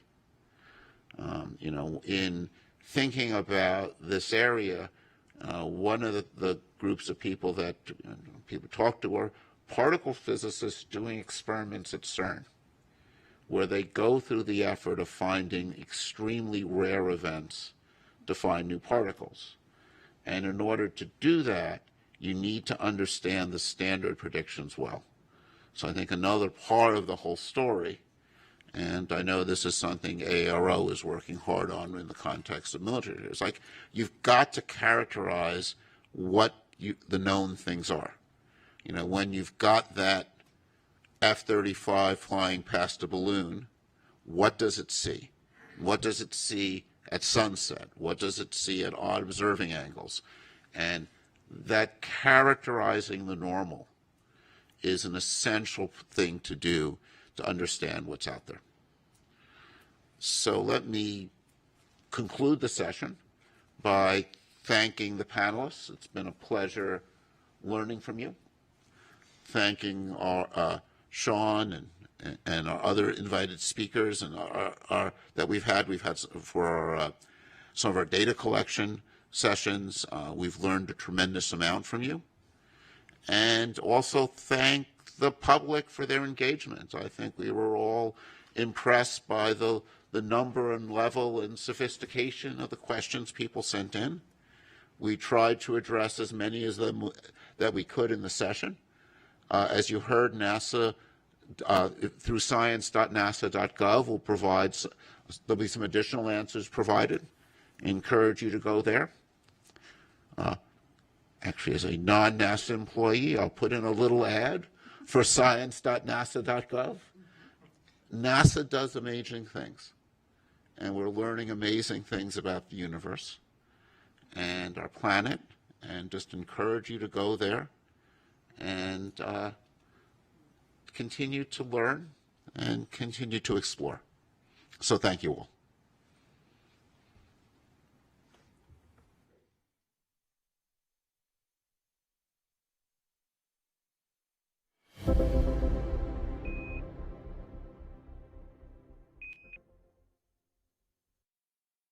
We are going.